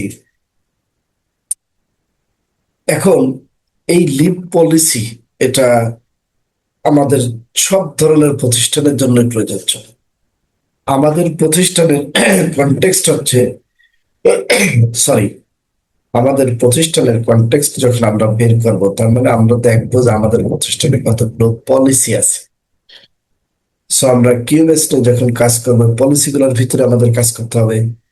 কাজ করতে গেলে আমরা একটা জায়গায় ডিফারেন্ট দেখতে পাচ্ছি এক্সাম পলিসি, আর একজনের প্রতিষ্ঠানে এক্সাম পলিসি নাও থাকতে পারে। আমার প্রতিষ্ঠানে আর্ন লিভের পেমেন্ট দেওয়া হয় না, আপনার প্রতিষ্ঠানে আর্ন লিভের পেমেন্ট দিচ্ছেন। আমার প্রতিষ্ঠানে ম্যাটারনিটি লিভের পেমেন্ট দেওয়া হয় না, আপনার প্রতিষ্ঠানে দিচ্ছেন। তাহলে পলিসি আছে, ইমপ্লিমেন্টেশনের জায়গায় ভিন্নতা। তাহলে এই ভিন্নতাই বলতেছে কি, অমুক প্রতিষ্ঠানে আর্ন লিভ দেয় না, দেওয়া হয় না। আর একজন বলছে আমাদের এখানে দেওয়া হয়, আর একজন বলছে আমাদের এখানে লিভও দেয় না, পেমেন্টও দেয় না। তাহলে যে প্রতিষ্ঠানের লিভ প্যারামিটারটা নিয়ে, লিভ টুলসটা নিয়ে, বা লিভের ফাংশনটা নিয়ে তিনটা প্রতিষ্ঠানের তিন রকম আসলো। তাহলে এই বিষয়টা তিন জায়গাতে তিনটা কনটেক্সট দেখাইলো। এই যে প্রতিষ্ঠানের ভিন্নতা বা প্রতিষ্ঠানটাকে চিনা জানার জন্য যে বিষয়গুলো রয়েছে, এই বিষয়গুলোকেই প্রতিষ্ঠানের কনটেক্সট বলা হয়। এখন আমরা আসি স্ট্যান্ডার্ড কি বলছে। স্ট্যান্ডার্ড বলছে যে context of organisation that means হচ্ছে যে understanding the organisation and its context. প্রথমত হচ্ছে আপনার প্রতিষ্ঠানে কেমাসটাকে কোথায় ইমপ্লিমেন্ট করবেন। আমরা পিডিসিওতে দেখেছিলাম যে এটা ইমপ্লিমেন্টেশনের জন্য আপনাকে যেখানে আপনি কাজ শুরু করবেন, ওই জায়গাতেই আপনার ওই কাজটার ভিতরে কেমিস্টকে নিয়ে আসতে হবে। এখন এই জায়গাটাতে এসে সেটাকে আর একটু ব্রডলি আমরা দেখি। আপনার প্রতিষ্ঠানে আপনি কাজ করবেন, প্রতিষ্ঠানকে আপনাকে জানতে হবে, বুঝতে হবে, দেন আপনি কাজ করতে পারবেন। তার মানে আপনি কিওএলএস আপনার প্রতিষ্ঠানে ইমপ্লিমেন্ট করবেন আপনার মতো করে, যেখানে যেখানে গ্যাপ আছে সেটাকে আইডেন্টিফাই করে। আপনার এখানে যেটা গ্যাপ, আমার এখানে সেটা ফুলফিল। তার মানে আপনি আপনার মতো করে করতেছেন, গ্যাপ আছে বিধায় ডিপলি কাজ করতেছি। আমার এখানে গ্যাপ নাই ওই বিষয়টা, কিন্তু এটাকে তাহলে আমাদের মেনটেন করতে হচ্ছে। স্ট্যান্ডার্ড যেটা বলছে যে এটা ইমপ্লিমেন্ট করার জন্য প্রতিষ্ঠানটাকে আগে বুঝে এবং সেই প্রতিষ্ঠানের কনটেক্সট ইমপ্লিমেন্ট করে। তাহলে প্রতিষ্ঠানকে বুঝতে হলে প্রতিষ্ঠানের আগে গ্যাপটাকে আইডেন্টিফাই করতে হবে। কোন কোন জায়গাতে আপনি কাজ করেন, এই গ্যাপটার ক্ষেত্রে স্ট্যান্ডার্ড বলতেছে ইস্যু শব্দটা উচ্চারণ করছে, যে আপনার প্রতিষ্ঠানে ইন্টারনাল ইস্যু এবং এক্সটার্নাল ইস্যু আইডেন্টিফাই করতে হবে। ইন্টারনাল ইস্যু এবং এক্সটার্নাল ইস্যু আইডেন্টিফাই করে আপনি এটাকে ইমপ্লিমেন্ট করবেন। তার মানে এইচআর ডিপার্টমেন্টে রিক্রুটমেন্ট একটা ইস্যু, স্যালারি ডিসবার্সমেন্ট একটা ইস্যু, পলিসি কালচার একটা ইস্যু, প্রোডাকশন ডিপার্টমেন্টে কাস্টমারের রিকোয়ারমেন্ট একটা ইস্যু, পারফরমেন্স ইভ্যালুয়েশন একটা ইস্যু। অর্থাৎ প্রত্যেকটা অর্গানাইজেশনে তার প্রত্যেকটা ফাংশনে আইডেন্টিফাই করতে হবে ইস্যুটাকে, দ্যাট মিনস গ্যাপটাকে, কোন কোন ইস্যুতে আপনি ইমপ্লিমেন্ট করতে চান বা করতে হবে আপনাকে, সেই লিস্টটাকে আইডেন্টিফাই করা। এটা দুই রকম, একটা হচ্ছে ইন্টারনাল ইস্যু, তার মানে ফ্যাক্টরির ভিতরে, আর একটা হচ্ছে এক্সটার্নাল ইস্যু, ফ্যাক্টরির বাইরে কিন্তু তাদের সাথে আমাদের প্রতিষ্ঠানের সম্পর্ক বা রিলেশন রয়েছে। যেমন buyer, supplier, labour, legal issues, technological issues. আপনার প্রতিষ্ঠানের ট্রেড লাইসেন্স দরকার, এটা তো জুন মাস মাস যখন শেষ হবে আমাদের বাংলাদেশের নিয়ম অনুযায়ী ম্যাক্সিমাম লাইসেন্স আমাদের এক্সপায়ার্ড হয়ে যাবে। তার মানে আমাদের এখন বাইরে থেকে আবার ওই লাইসেন্সটাকে রিনিউয়াল করাইতে হবে। এটা করতে গেলে সিটি কর্পোরেশন অথবা ইউনিয়ন পর্যায়ে যেতে হবে, নির্দিষ্ট অথরিটির কাছে যেতে হবে। এটা লিগাল ইস্যুস, বাট অবস্থান করে সব বাইরে, কিন্তু আমাদের বিজনেসের সাথে জড়িত। তার মানে আমাদের বিজনেসের সাথে জড়িত, অবস্থান করে বাইরে, সেই জায়গাটাকে আইডেন্টিফাই করতে হবে। এখন বলবেন স্যার, ওদের বিষয় আইডেন্টিফাই করে আমরা কি করবো? আমরা কি তাদেরকে কন্ট্রোল করতে পারবো, বা তাদেরকে আমরা ঘুষ খাওয়া বন্ধ করতে পারবো, তাদেরকে সার্ভিস স্লোটাকে আমরা খুবই কুইকলি কাজ করার ব্যবস্থা করতে পারবো? নো, আপনাকে এটা বলা হয় নাই, এই দায়িত্ব আপনার না, এটা রাষ্ট্রের দায়িত্ব। আপনার কাজ হচ্ছে external issue, that means externally এই লিগাল লাইসেন্সটা নিয়ে কাজ করতে হবে। এইটা যেন আইডেন্টিফাই করে আপনার লেখা থাকে। অর্থাৎ বছরের এই জুন মাসে এসে আমাদেরকে সমস্ত লাইসেন্স গুলা, যেগুলো এক্সপায়ার্ড হবে 30শে জুন, যেগুলো এক্সপায়ার্ড হয় 31শে ডিসেম্বর, তাহলে আমাদের ওই সময়ের জন্য এই লিস্ট গুলো আইডেন্টিফাই করে এই সময়ের জন্য প্রস্তুতি নেওয়াটাই হচ্ছে আমাদের এক্সটার্নাল ইস্যু আইডেন্টিফাই করে সেটা নিয়ে কাজ করা। সো আমাদের এখানকার লার্নিং হচ্ছে, আপনি যখন ইমপ্লিমেন্ট করবেন আপনার অর্গানাইজেশনে, ইন্টারনাল কোন কোন জায়গাতে ইমপ্লিমেন্ট করতে হবে সেটাকে আইডেন্টিফাই করা, কোন কোন ইস্যুতে আইডেন্টিফাই কাজ করবেন সেটা আইডেন্টিফাই করা, এবং এক্সটার্নাল কোথায় কোথায় ইমপ্লিমেন্ট করতে হবে সেই ইস্যুগুলোকে আইডেন্টিফাই করে লিস্ট করা। এক্সটার্নাল এবং ইন্টারনাল ইস্যু আইডেন্টিফাই করা। দ্বিতীয়ত হচ্ছে 4.2 number clause, understanding the need and expectations. Needs and এক্সপেকটেশনটা হচ্ছে ওই যে যে গ্যাপটা বা যে ইস্যুগুলো আমরা আইডেন্টিফাই করলাম, এই ইস্যুগুলাকে, হ্যাঁ বাদশা ভাই হ্যান্ড রেজ করছেন। স্যার, আমরা একটা কোশ্চেন ছিল যে ধরেন আমি একটা কোম্পানিতে যে কোনো একটা সিস্টেমে কাজ করতেছি। একটু আগে বোঝাইলেন 4.1-এ যে হচ্ছে আমাদের কোম্পানির ধরেন একটা মানে মানে রিনিউ করে আবার রেজিস্ট্রেশন করতে হবে। এটার জন্য কি আমার যে কাজটা দেওয়া আছে এই কাজটার পরেই কি আমি ওই কাজটা দেখবো, নাকি আমার কাজের সাথে সাথে ওই কাজটা দেখবো, মানে রেজিস্ট্রেশনের কাজটা? প্রশ্নটা আর একবার করেন, আপনার প্রশ্নটা ক্লিয়ার না। প্রশ্নটা হচ্ছে ধরেন আমি রেজিস্ট্রেশন দিই বলি, ধরেন আমার কোম্পানির নাম এ, তো আমার রেজিস্ট্রেশন সামনের মাসের 28 তারিখে শেষ হয়ে যাবে। তো ধরেন আমাকে একটা ধরেন কম্পিউটার টাইপিস্ট অপারেটর আমি আছি, আমার ওই কাজটা শেষ করার পরে আমি ওই মানে এই কোম্পানির রেজিস্ট্রেশন দেখবো, নাকি বাস এইটুকুই আর কি, যে হচ্ছে না আমার কাজটা আপনার শেষ করার পর প্রশ্নটা ওই। ভিতরের কথা আপনি ক্লিয়ার করতে পারেন না, আমি আপনাকে হেল্প করি। আপনার প্রশ্নের ভিতরে আসছে কাজের প্রায়োরিটি। আচ্ছা আচ্ছা। আপনার প্রশ্নের ভিতরে আসছে কাজের প্রায়োরিটি নিয়ে আপনি কোয়েশ্চেন করছেন। আসলে কাজের প্রায়োরিটি ম্যানেজমেন্টের রিকোয়ারমেন্ট অনুযায়ী ভিন্ন থাকে। আপনি টাইপিস্টের উদাহরণ দিচ্ছেন, আপনাকে টাইপ করতে দিচ্ছে একটা, বললো যে এখনই লেটারটা ইস্যু করতে হবে, তাহলে আপনাকে এটা স্যার ইম্পর্টেন্স দিচ্ছে, ওইটা এখন করতে হবে। অথবা বললো যে এখন রেজিস্ট্রেশনটা করে তুমি টাইপটা করো, তাহলে রেজিস্ট্রেশনটা করা আগে আপনার জন্য হবে। এখন এইটা রিকোয়ারমেন্ট পার্টটা হচ্ছে টপ ম্যানেজমেন্ট যেটা দিবে সেটা, ওইখান থেকে আপনাকে বুঝতে হবে, তারা ডিক্লেয়ার করবে। আমরা যে উদাহরণটা দিয়েছি কিউবিএস এর পার্টটাতে, অর্থাৎ আপনার যদি কোম্পানি রেজিস্ট্রেশন হোক, লিগ্যাল পার্ট হোক, আপনাকে আইডেন্টিফাই করতে হবে যে এটা কখন করতে হবে, কিভাবে করতে হবে, কে করবে, কে টাকা নিবে, অ্যাকাউন্টস কখন টাকা দিবে, কখন টাকা জমা দিতে হবে, এই প্ল্যানটা আপনাকে রাখাটাই হচ্ছে ওই লিগ্যাল পার্টের উপরে ম্যানেজমেন্ট সিস্টেম। যখন এটা প্রপারলি হবে, আপনি বাদশা ভাই বলবেন স্যার টাইম মতো পেয়েছি, আর আমি বলবো থ্যাংক ইউ বাদশা, ভালো করেছো, খুব ভালো, গত বছর এটা আমাকে অনেক ঝামেলা করছে, এবার তোমাকে দায়িত্ব দেওয়ার কারণে ভালো পেয়েছি। তার মানে ম্যানেজমেন্ট আপনার স্যাটিসফাইড আছে এবং বুঝতে পারছি, এখন ক্লিয়ার আপনি হচ্ছে এই কাজটাকে প্রপারলি করলেন। ক্লিয়ার? জি স্যার, জি স্যার, একদম ক্লিয়ার। আচ্ছা, থ্যাংক ইউ। এখন হচ্ছে understanding the needs and expectation. এখানে নিডস মানে আমরা সবাই বুঝি প্রয়োজন, কিসের প্রয়োজন প্রশ্ন থেকে যায়। এই জায়গাটা হচ্ছে এই একটু আগে আমরা যে আইডেন্টিফাই করেছি, আমাদের ইস্যুগুলোকে আইডেন্টিফাই করলাম, কোথায় কোথায় গ্যাপ আছে এই কাজটা করার জন্য। এই গ্যাপটাকে পূরণ করতে হবে যা দিয়ে, গ্যাপটাকে পূরণ করতে হবে যা দিয়ে, ওটাই হচ্ছে আমাদের নিডস। স্যালারি দিবেন, স্যালারি দিতে হলে টাকা দরকার, এই যে টাকা, দিস ইজ নিডস। আপনি রিক্রুটমেন্ট করতেছেন, তো এখন আপনার প্রতিষ্ঠানে রিক্রুটমেন্টের জন্য ক্যান্ডিডেট দরকার, তাহলে রিক্রুটমেন্টটা হচ্ছে আপনাদের ইস্যু, নিডসটা হচ্ছে ক্যান্ডিডেট, এক্সপেকটেশনটা হচ্ছে কেমন ক্যান্ডিডেট চাই, এক্সপেকটেশন কত দিনের ভিতরে চাই। মেহেদি ভাই বললো স্যার আমার ডিপার্টমেন্টে একজন ম্যানেজার লাগবে। আমরা গ্যাপ দেখেছি, ইস্যু বের করেছি যে আমাদের রিক্রুটমেন্ট প্রসেসটা খুব ডিলে, এটাকে আর একটু ফাস্ট করতে পারলে আমাদের কোম্পানির প্রপার টাইমে ম্যান পাওয়ার পাইলে প্রোডাক্টিভিটি বাড়বে। সো এই জায়গাটা মেহেদি ভাই আইডেন্টিফাই করছে তার প্রতিষ্ঠানে। আইডেন্টিফাই করার পরে এখন মেহেদি ভাই বললো যে আমাদের একটা লোক লাগবে।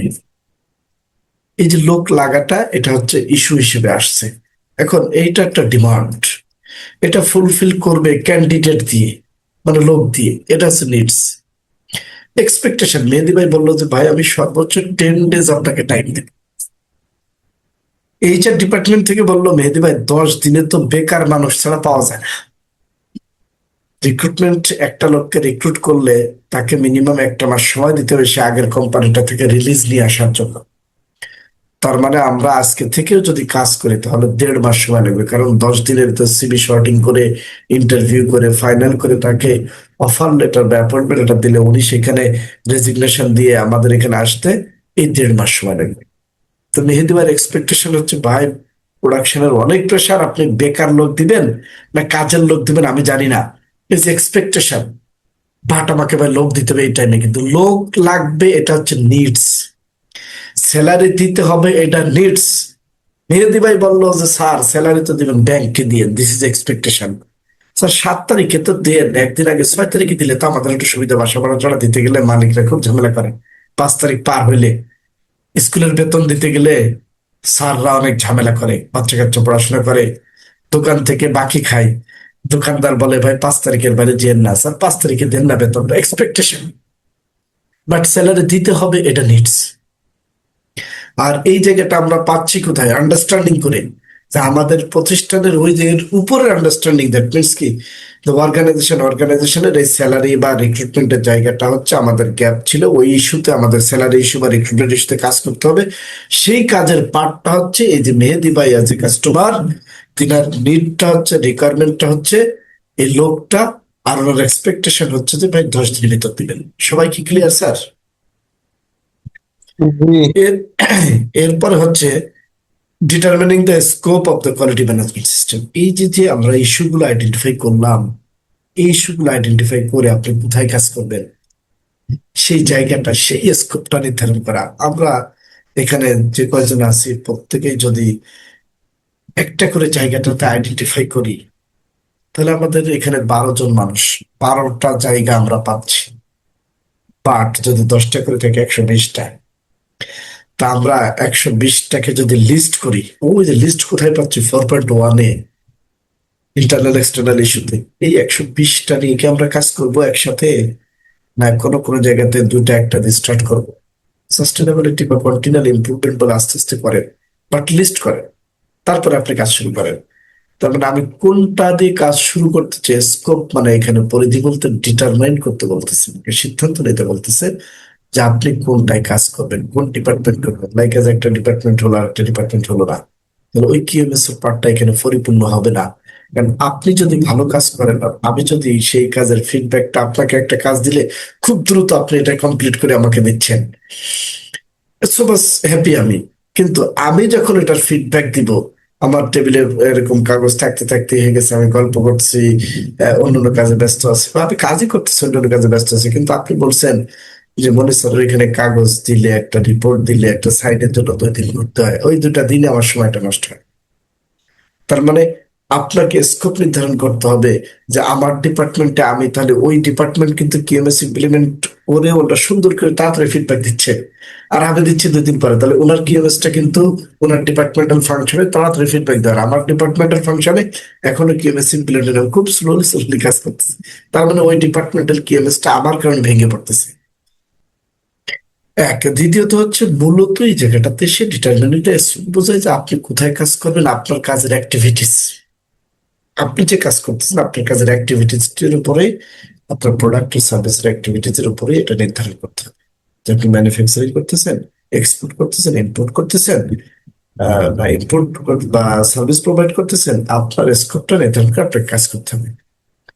4.4টা হচ্ছে আমরা যখন এটা নিয়ে কাজ করব, এই জায়গাটাতে এসে দেখেন এটা খুব ইম্পর্টেন্ট একটা ক্লাস।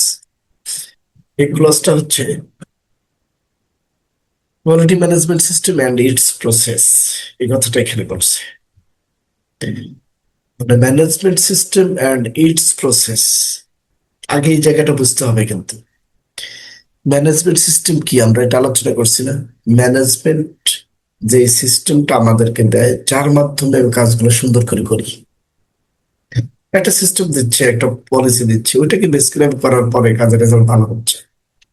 এখন এই জায়গাটাতে এসে আমাদেরকে বলছে কি যে management system, quality management system and its process, এর প্রসেসের কথা কিনে বলতেছে, অর্থাৎ আপনি কোথায় কোথায় কাজ করবেন।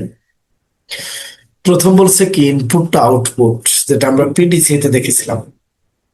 ইনপুট কি আমার জন্য, আমি একটা মেশিন স্টার্ট করি, কাজের প্রথম কাজ জেনারেটর স্টার্ট করা, আমার প্রথম কাজ ইন্টারভিউ কল করা, আমার প্রথম কাজ ট্রেনিং করা, আমার প্রথম কাজ কন্টেন্ট রেডি করা, এটা হচ্ছে আমার ইনপুট আমার কাজের ক্ষেত্রে।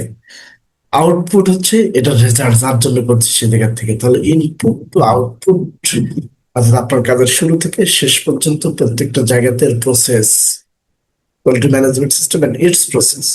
আমি কাজ করবো, এটা ম্যানেজমেন্ট সিস্টেম, কাজ ভালো হবে, এটা কোয়ালিটি ঠিক থাকবে, যার কারণে বলবে quality management system. It's process আছে আমার কাজের শুরু থেকে শেষ পর্যন্ত যত প্রসেস আছে সবগুলো মেনটেন করা। সিকুয়েন্স এন্ড ইন্টারেকশন থাকতে হবে। সিকুয়েন্স এন্ড ইন্টারেকশন হচ্ছে আপনি আপনার কাজের পার্টটাতে স্টেপ বাই স্টেপ কাজ করবেন। একটা অর্ধেক করলাম, আর একটা পরে করলাম, আর একটা বাধায় রাখলাম। আমার কাজটা শুধু আমি একা না, আমার কাজের সাথে অনেকের কাজ ইনভলভ রয়েছে, এঙ্গেজ রয়েছে। সো এই যে ইনভলভ বা এঙ্গেজ রয়েছে, তাদের কারণে অ্যালাইন আছে। আমার কাজ ডিলে হওয়ার কারণে মেহেদিবের কাজ এগোচ্ছে না। তার মানে আমাকে ওই সিকুয়েন্সটা মেনটেন করতে হবে যে টোটাল অর্গানাইজেশনের জন্য কোনটা বেনিফিট হবে, এবং একটা সে তার একটা রিলেশন থাকতে হবে, ইন্টারেকশন থাকতে হবে। আমি করে গেলাম আর একজন করলো, আর একজন করলো, আমি করলাম না, তাহলে কিন্তু একটা আসবে না। তাহলে প্রসেসটা কি বলতেছে, ইনপুট আউটপুট। এই থেকে স্যার এটা কিন্তু সবচেয়ে বড় লার্নিং। এটা যদি না হয়, আর প্লাস 4.1 আর 4.4, এই দুইটা জায়গা যদি আমরা ক্লিয়ার নলেজ না রাখি, ভিতরে যত পড়ায় ভালো লাগতে পারে কিন্তু শিখতে পারবেন না। তারপরে প্রসেসটা বোঝাচ্ছে যে প্রথম বলছে ইনপুট আউটপুট, আমার কাজের শুরু থেকে শেষ পর্যন্ত কাজ করতে হবে। কাজ করার ক্ষেত্রে সমন্বয় থাকতে হবে, একটা সাথে আর একটা সম্পর্ক থাকতে হবে। সো এই সম্পর্কটাই রাখাটাই কিন্তু প্রসেস, কিউএমএস এর প্রসেস। সিকুয়েন্স থেকে একটার সাথে একটা, একটার পরে একটা মিলানো থাকা, এটা হচ্ছে প্রসেস, কিউএমএস এর প্রসেস। আর এই উদাহরণটা দিয়েছি কি, আপনি করলেন আমি করলাম না, সিকুয়েন্স হলো না। আপনি করে চলে গেছেন, আমি জানি না, আপনার সাথে ইন্টার রিলেশন হলো না, ইন্টারেকশন হলো না। তার মানে কি, রেজাল্ট অর্গানাইজেশনের জন্য খারাপ হবে, প্রোডাক্টিভিটি আসবে না। এবং এটা ক্রাইটেরিয়া মেথড অ্যাপ্লাই করতে হবে। মেথড ক্রাইটেরিয়া বলতে কি বোঝাচ্ছে, এসওপি বা পলিসি কি বোঝাচ্ছে, যে আপনি যখনই এটা কাজ করবেন, এটা নিয়ে কেএমএস নিয়ে, এর প্রসেসের ভিতরে বলছে, দেখেন কেএমএস এর প্রসেসে যে আপনার নির্দিষ্ট ক্রাইটেরিয়া এবং মেথড। ক্রাইটেরিয়া বলতে রিকোয়ারমেন্ট বোঝাচ্ছে, স্পেসিফিক রিকোয়ারমেন্ট থাকতে হবে, এবং পলিসি বা প্রসিডিউর অনুযায়ী আপনাকে কাজ করতে হবে। এটার যদি কোনো রিসোর্স দরকার হয়, সেটা আপনার প্রসেসের ভিতরে আনতে হবে, ফুলফিল করতে হবে। এবং এটার ক্ষেত্রে নির্দিষ্ট রেসপন্সিবল পার্সন এখানে থাকতে হবে, অ্যাসাইন। এখানে বলছে কি দেখেন, অ্যাসাইন দ্য রেসপন্সিবিলিটি। এই কাজটা যে আপনি করবেন, এই কিউএমএস নিয়ে কাজ করার সময় আমরা যেটা প্রতিষ্ঠানে বলি MR, ম্যানেজমেন্ট রিপ্রেজেন্টেটিভ টিম বলে থাকি, MR। সো একটা টিম গঠন করতে হবে। রেসপন্সিবিলিটি বলতে কি, আমি কাজ করবো, আপনি কাজ করবেন, কিন্তু এটা কে আসলে রিপোর্টিংটা কে দেখবে, কে মনিটরিং করবে? সবাই তো করতেছে। সো এই মনিটরিং এর জায়গাটাতে একজন ব্যক্তির বা তদারকের একটা জায়গাতে, রিপোর্টিং এর একটা জায়গাতে, দ্যাট মিনস এটা অ্যাসিগমেন্ট পাওয়ার জন্য একটা রেসপন্সিবল পার্সনকে বা একটা রেসপন্সিবিলিটি টিমকে দিতে হবে, তাদেরকে অথরিটি দিতে হবে। অথরিটি কেন দিতে হবে? একজন এখানে জিএম আছেন, জিএম স্যারের এখানে, স্যার কি করতেছেন না করতেছেন আমি জানি না, sir senior junior doesn't matter, but আমি যদি রেসপন্সিবল পার্সন হই, অ্যাজ এ জুনিয়র এক্সিকিউটিভ, আমাকে দায়িত্ব দিচ্ছেন, যদি অথরিটি না থাকে তাহলে স্যারের রুমে তো আমি যেতে পারবো না, ভয় পাবো। স্যার বলবে, তোমার তো আমার কাছ থেকে এসে খবরদারি করার দরকার নেই বাবা। বাট স্যার যদি জানে যে mister Monir as a junior executive, he is a responsible person for the output আর আউটকাম অফ কিউএস, তখন কিন্তু আমি জিজ্ঞেস করলে স্যার বলবে, আপনি কাজের এতটুকুন করেছি ভাই, বা আমার ডিপার্টমেন্টের ফাংশনের কাজ এতটুকুন আছে, উনি এই জায়গাটাতে কোঅপারেশন করতেছেন সুন্দর করে। এই জন্য অথরিটির কথাটা বলা হয়েছে। অথরিটি বলতে কারো চাকরি থেকে বিদায় দেওয়া না। অথরিটি বলতে এই কিউএমএস এর কাজটা কতদূর আছে, কি হচ্ছে, এটা সম্পর্কে জেনে টপ ম্যানেজমেন্টকে রিপোর্ট করা। স্যার, আমাদের কিউএমএস এর কাজ অবস্থায় বা আমাদের ডিপার্টমেন্টের ফাংশনে, আমার ডিপার্টমেন্টের ফাংশনে এই জিনিসগুলো টপ ম্যানেজমেন্টকে জানা। টপ ম্যানেজমেন্ট সেই রিপোর্টটাকে অ্যানালাইসিস করে যে সিদ্ধান্তটা দিবে, ওটা এসে আবার সবার কাছে সার্কুলেট করা। এই অথরিটি, সার্কুলেট করা অথরিটি, টপ ম্যানেজমেন্টের কাছে যাওয়া অথরিটি, যারা কাজ করতেছে তাদের কাছ থেকে রিপোর্ট গুলা কালেক্ট করা, এই অথরিটিটা তাদের থাকতে হবে। এবং এই কাজ করার ক্ষেত্রে প্রসেসে কিউএমএসটা যখন কাজ করবেন, সেই কাজের ভিতরে কোনো ধরনের রিস্ক ফ্যাক্টর আছে কিনা সেটা আইডেন্টিফাই করা, এটা প্রসেস। এবং সেই রিস্ক ফ্যাক্টরটাকে রিমুভ করে দিলে, উঠাই দিলে, সেখানে কি কি অপরচুনিটি পাবেন সেটাকে আইডেন্টিফাই করা। এবং এই কাজটা করলেন শেষ পর্যন্ত যে পলিসি প্রসিডিউর দিয়ে, সেটাকে ইভালুয়েট করা, যে আসলে কাজটা আমি ঠিক করছি কি করি নাই, ইভালুয়েট করতে হবে।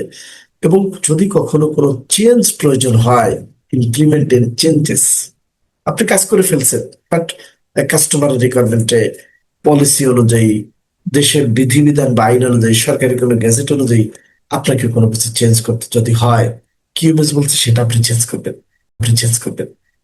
তার মানে কি, একটা সিস্টেমে থাকলাম, সেই সিস্টেমটা তো আর আমরা শুনতেছি না। নোকিয়া, নোকিয়া যদি অ্যান্ড্রয়েড ভার্সনে যেত, তাহলে বাংলাদেশের, আমার মনে হয় ওই সময় যে পরিমাণ মানুষ নোকিয়া ফোন ইউজ করছে, অন্য কোনো ফোন এত বেশি মার্কেট পেত না। তারা অ্যান্ড্রয়েড ভার্সনে যায়নি, তার মানে চেঞ্জ হয় নাই, ইমপ্রুভমেন্ট হয় নাই, আপডেট করে নাই। ফুজি এক সময় যেটা ছিল ক্যামেরার যে কোডিংটা, না, এখন আমরা যদি একদিনে 1,000, 10,000, 20,000 ছবি তুলতেছি, যে যেরকম তোলা হয়, বাট আগে যে কোডিং এর পার্টটা ছিল, ওটা দিলে কিন্তু রিলের পার্টটাতে যে আমাদের শেষ হয়ে যেত, 36টা রিল থাকে। তারা যদি এই পার্টটাতে এরকম আসতো, তাহলে তাদেরকে চলে যেতে হতো তার প্রোডাক্টকে।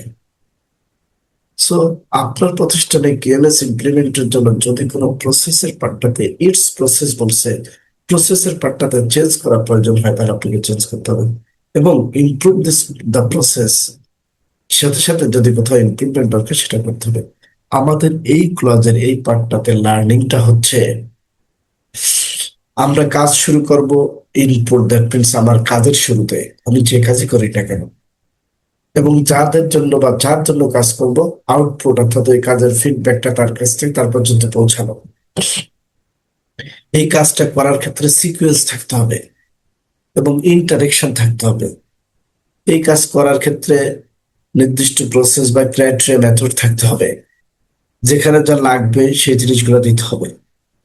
নির্দিষ্ট রেসপন্সিবল পার্সন থাকতে হবে উইথ অথরিটি।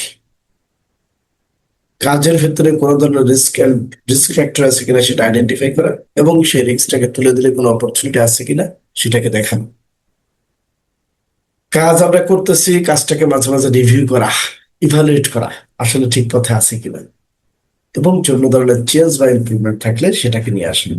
এই কয়টা প্রসেস হচ্ছে মূলত আসলে কোয়ালিটি ম্যানেজমেন্ট সিস্টেমের প্রসেস হিসেবে কাজ করবে। স্যার, কারোর কোনো প্রশ্ন বা আছে বা কেউ কিছু বুঝতে পারছেন না এরকম কোনো প্রশ্ন আছে? জি স্যার, বুঝতে পারছি। এটা কি ক্লিয়ার স্যার, একদম ক্লিয়ার। Thank you. আমরা এখন 15 মিনিটের একটা বিরতিতে যাব। অর্থাৎ আমার এখানে যে টাইম দিছে সে টাইমের থেকে আমরা আসবো হচ্ছে 8টা 10-এ। চুল এভাবেই থাকবে, আপনারা নামাজ পড়েন বা ডিনার সারেন, তো যেভাবে টাইম পাস করেন 8টা 10-এ আবার ফিরে আসবেন। আমরা 8টা 10-এই শুরু করবো ইনশাল্লাহ। আচ্ছা।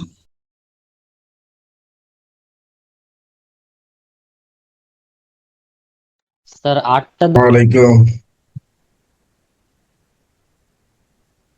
সবাই আমার কথা শুনতে পাচ্ছেন? জি। জি স্যার। আমাদের শোনা যাচ্ছে। আমাদের এখন আলোচনা ক্লাস 5 লিডারশিপ। এখানে এই ক্লাসটা আসার কারণটা কি আগে সেটা জানতে হবে। এই ক্লাসটা লিডারশিপ, দ্যাট মিনস এখানে স্ট্যান্ডার্ড যেটা করেছে টপ ম্যানেজমেন্টের ফাংশনটা নিয়ে আসছে।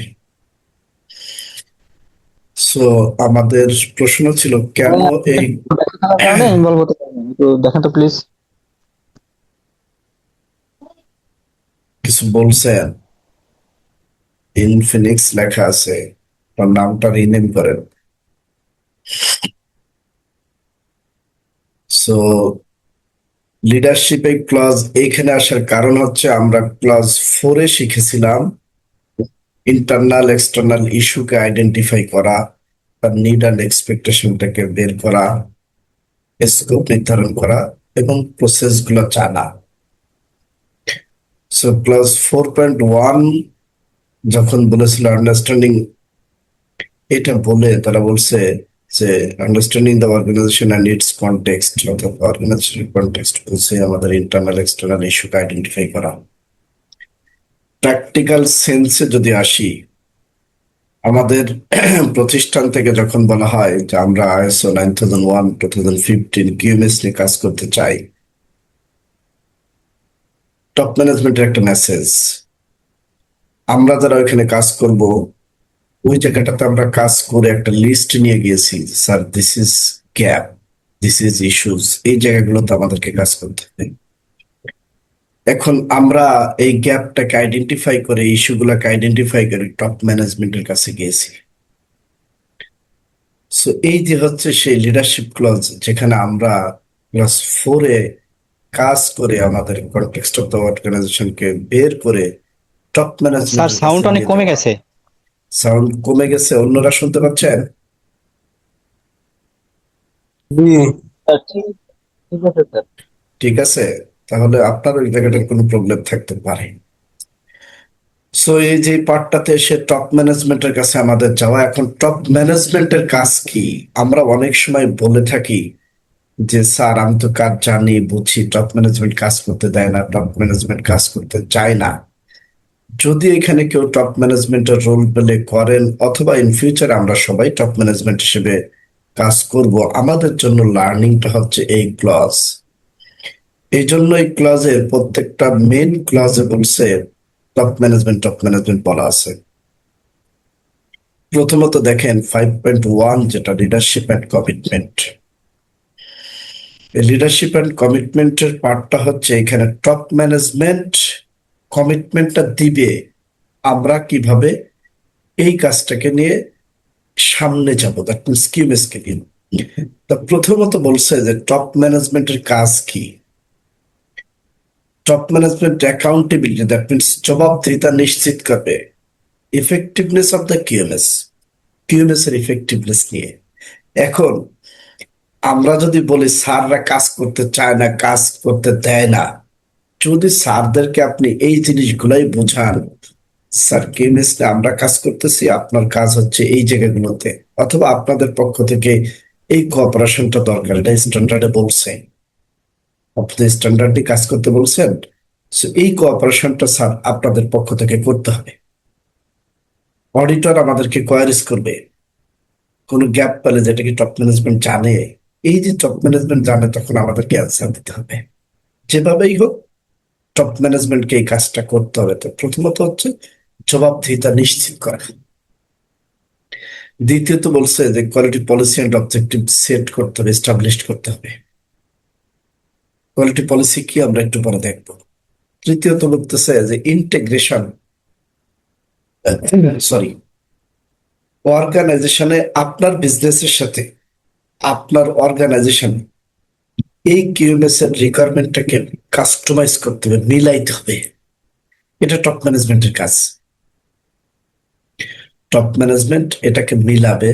অর্থাৎ এখানে বলছে কি, দেখেন যে অর্গানাইজেশন বিজনেস প্রসেস, কিউএমএস এর যে জায়গা বলছে ট্রেনিং করাতে হবে, যে জায়গা বলছে অবজেক্টিভ সেট করতে হবে, অবজেক্টিভ সেট করবো, আর একজন একটা অবজেক্টিভ করছে, সেটাকে আমি দেখতে পারি ফর দ্য লার্নিং, কিন্তু অবজেক্টিভ সেট করতে হবে আমাদের মতো করে, এই যে কাস্টমাইজ করা বিজনেস প্রসেসের সাথে। এটা হচ্ছে টপ ম্যানেজমেন্টের ফাংশন। এবং এটা প্রসেস অ্যাপ্রোচটা বা রিস্ক বেস থিঙ্কিংটাকে প্রমোট করতে হবে। দ্যাট মিনস প্রমোট বলতে বোঝাচ্ছে যে আপনি এই কাজটাকে, এই রাজীব ভাই নামে কে আছেন? রাজীব ভাই, আপনি এখানে দেখেন, এই যে এখানে বিভিন্ন জায়গাতে ট্যাগ করতেছেন, বিভিন্ন জায়গাতে নাড়াচ্ছেন। আপনার কোনো জায়গাতে স্যার কোনো কিছু করতে হবে না। মীর রাজীব,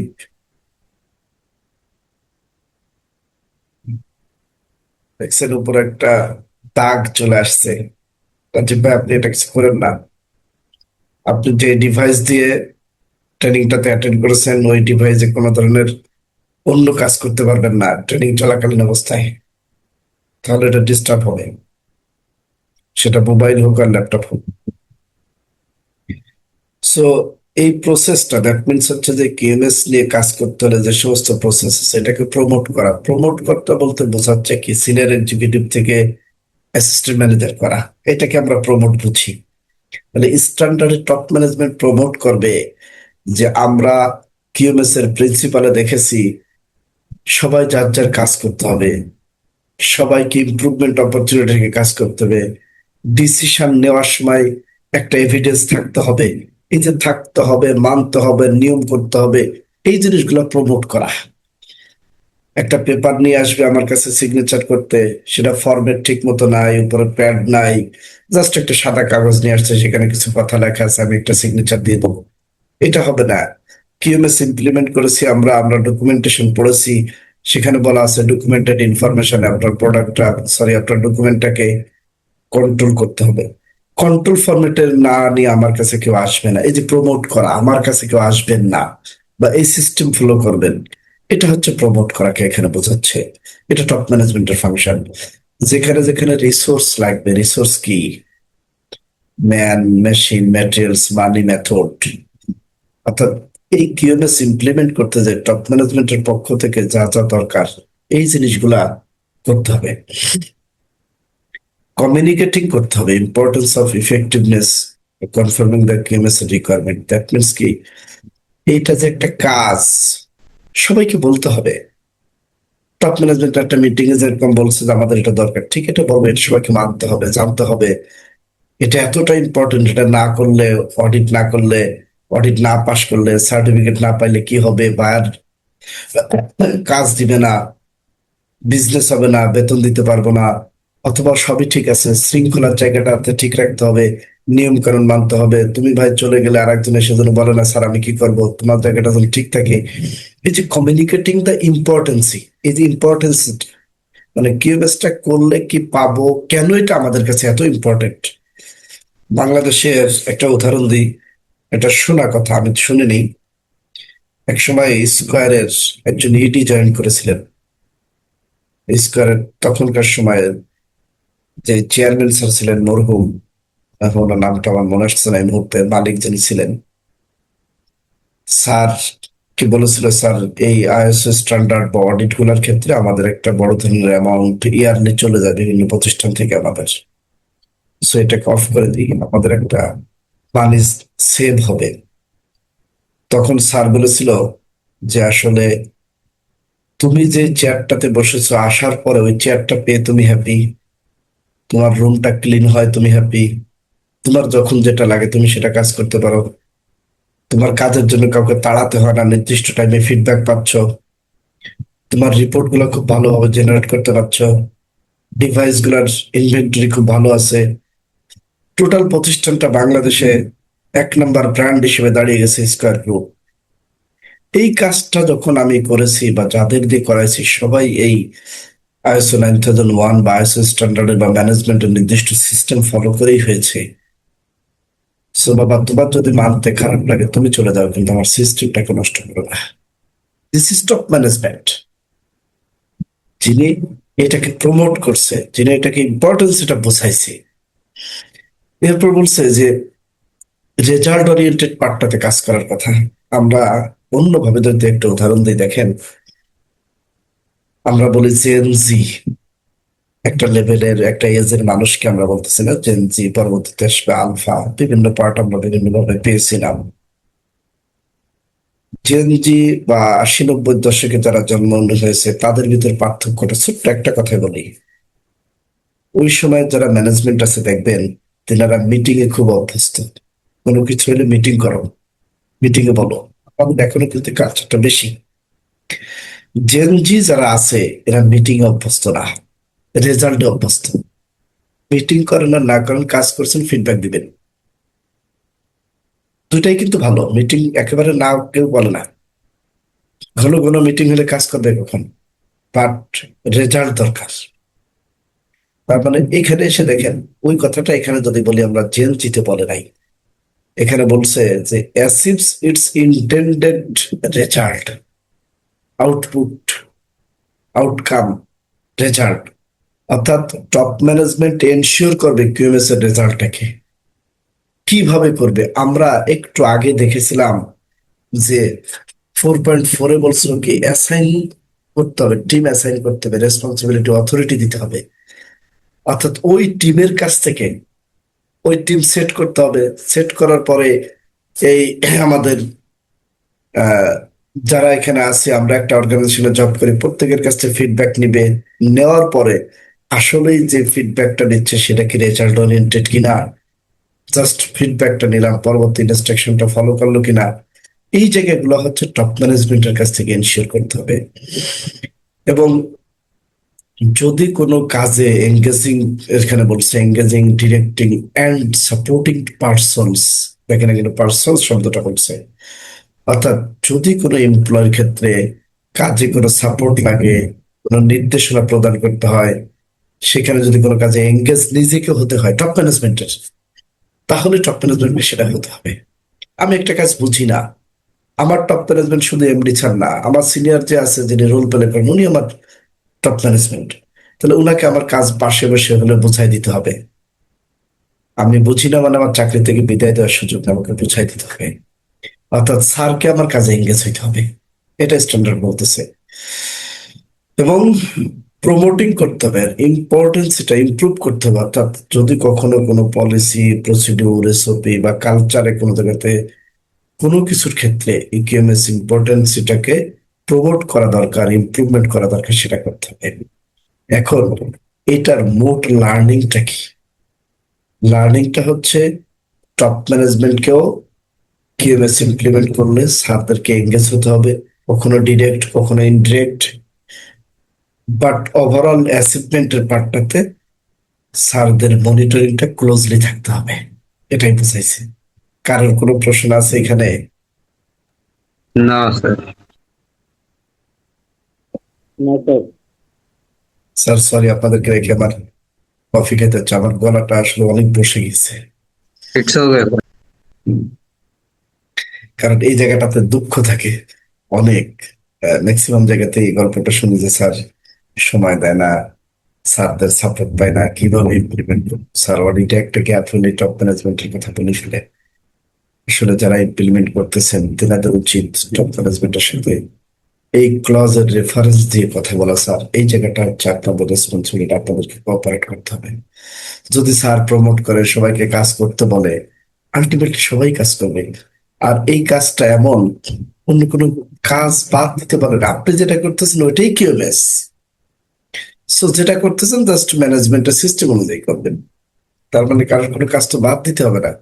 সচেতন থাকতে হবে, সজাগ থাকতে হবে যে আমি যেটা করতেছি আমার ম্যানেজমেন্ট এটা কোন সিস্টেমে করতে বলছে, এটা বললেই এটা করলেই কিন্তু কিউএমএস ইমপ্লিমেন্ট হয়ে যাচ্ছে। সো আলাদা কোনো কাজ নাই। যদি ভুল না থাকে, ভুল থাকলে তো নতুন করে করতে সেটা আলাদা কাজ হতে পারে, কিন্তু কাজ আমি করতেছি, সিস্টেমটা ফলো করি, এটা ফলো করলেই হয়ে গেল, আর কিছু না। এরপর হচ্ছে কাস্টমার ফোকাস। কাস্টমার ফোকাস হচ্ছে আপনি যার জন্য কাজ করতেছেন সেই হচ্ছে আপনার কাস্টমার। প্রোডাকশন ডিপার্টমেন্ট মার্চেন্ডাইজারের জন্য কাজ করতেছে, কিউসি ডিপার্টমেন্ট প্রোডাক্টের জন্য কাজ করতেছে, অর্থাৎ এইচআর ডিপার্টমেন্ট অ্যাকাউন্টস এর জন্য লোক রিক্রুট করতেছে। তাহলে এখানে রিক্রুটমেন্ট করতেছে অ্যাকাউন্টস এর জন্য, অ্যাকাউন্টস হচ্ছে এইচআর এর কাস্টমার। কাস্টমার বলতে শুধু আপনার সার্ভিস এবং প্রোডাক্ট যিনি নিচ্ছেন তিনি না, আমরা যে যে কাজ করি না কেন প্রত্যেকে তার কাজের জন্য নির্দিষ্ট কাস্টমার রেখেছি। একটু স্যার এক মিনিট। সো যার যার কাস্টমার সেই সে রেখে এটা নিয়ে কাজ করবে। সরি। সো আমি যেটা করতেছি এটার জন্য আপনার কাস্টমার, আপনারা যেটা করছেন আপনার অর্গানাইজেশন আপনার জন্য কাস্টমার। সো দ্যাট মিনস প্রত্যেককেই যার যার কাজের জন্য কাস্টমার আছে। আপনার কাজ সম্পর্কে কাস্টমারকে ফোকাস করা। আমরা যেহেতু একটা স্ট্যান্ডার্ড নিয়ে আলোচনা করছি, আমাদের অর্গানাইজেশনের কাস্টমার আছে, আমার নিজেরও কাস্টমার আছে, সেটাকে ফোকাস করতে হবে। ফোকাস করার পার্টটা প্রথম বলছে applicable statutory and regulatory requirement. তার মানে হচ্ছে কাস্টমারকে বলতে হবে যে আমাদের প্রতিষ্ঠানটা ইললিগাল না। আমাদের প্রতিষ্ঠান যে কোনো কাজ করার ক্ষেত্রে আগে ভাবে, রিস্কটাকে আগে ভাবে, ভেবে সেখানকার রিস্কটাকে তুলে দিলে কি অপরচুনিটি আছে সেটাকে আমরা দেখে দেন আমরা এটাকে কাজ করি। এবং কাস্টমার স্যাটিসফ্যাকশন নিয়ে আমরা খুব সচেতন থাকি। এই কথাগুলো আপনি বলবেন কিভাবে? আমাদের কাজ হচ্ছে কোম্পানি যে প্রোফাইল তৈরি করা হয় এই কোম্পানির প্রোফাইলটা রেডি করা, এবং সেই প্রোফাইলের ভিতরে কোম্পানির প্রোফাইলটা রেডি করে ওই প্রোফাইলে যেমন আমরা আমাদের ট্রেড লাইসেন্স বা অন্যান্য কিছু কথা বলি, আমাদের এতগুলো মেশিন আছে, এইরকম ম্যানেজমেন্ট আছে, আমাদের প্রসেসটা এটা, আমাদের লোকেশন এবং জায়গা, আমাদের ফ্যাক্টরিটা কন্টিনিউয়াল ইমপ্রুভমেন্টে কাজ করে, সাস্টেনেবিলিটি নিয়ে কাজ করে, এনভায়রনমেন্টাল পলিউশনটাকে দেখে, হেলথ এন্ড সেফটি পার্টটাকে আমরা দেখতেছি। আমরা বিভিন্ন কথাগুলো প্রোফাইলে লিখতেছি এবং কাস্টমার সম্পর্কে আপনাকে লিখে এই যে ফোকাস করা বলতে তাকে আপনাকে প্রোফাইল দিতে হবে। দ্বিতীয়ত যখন কাস্টমার আপনার সাথে কাজ করবে এই কাজ করার সময়ও কাস্টমারকে ইনফর্ম করতে হবে তার কাজের ব্যাপারে ফোকাস করা, কাজের অগ্রগতি কতটুকু হয়েছে বা কতটুকু হচ্ছে, কোন স্টেজে আছে, সেই জায়গাগুলো কাস্টমারকে ইনফর্ম করা। এই যে ফোকাস করা হচ্ছে এক কাস্টমার শুরু বা আসার আগে আপনি কি করতে চাচ্ছেন তাকে জানানো, আপনার কি আছে তাকে জানানো। দ্বিতীয়ত হচ্ছে কাস্টমারের কাজ চলতেছে তখন আপনাকে তাকে কনফার্ম করা যে কাজ করতেছেন কোন অবস্থায় আছেন। এটাই হচ্ছে কাস্টমার ফোকাস।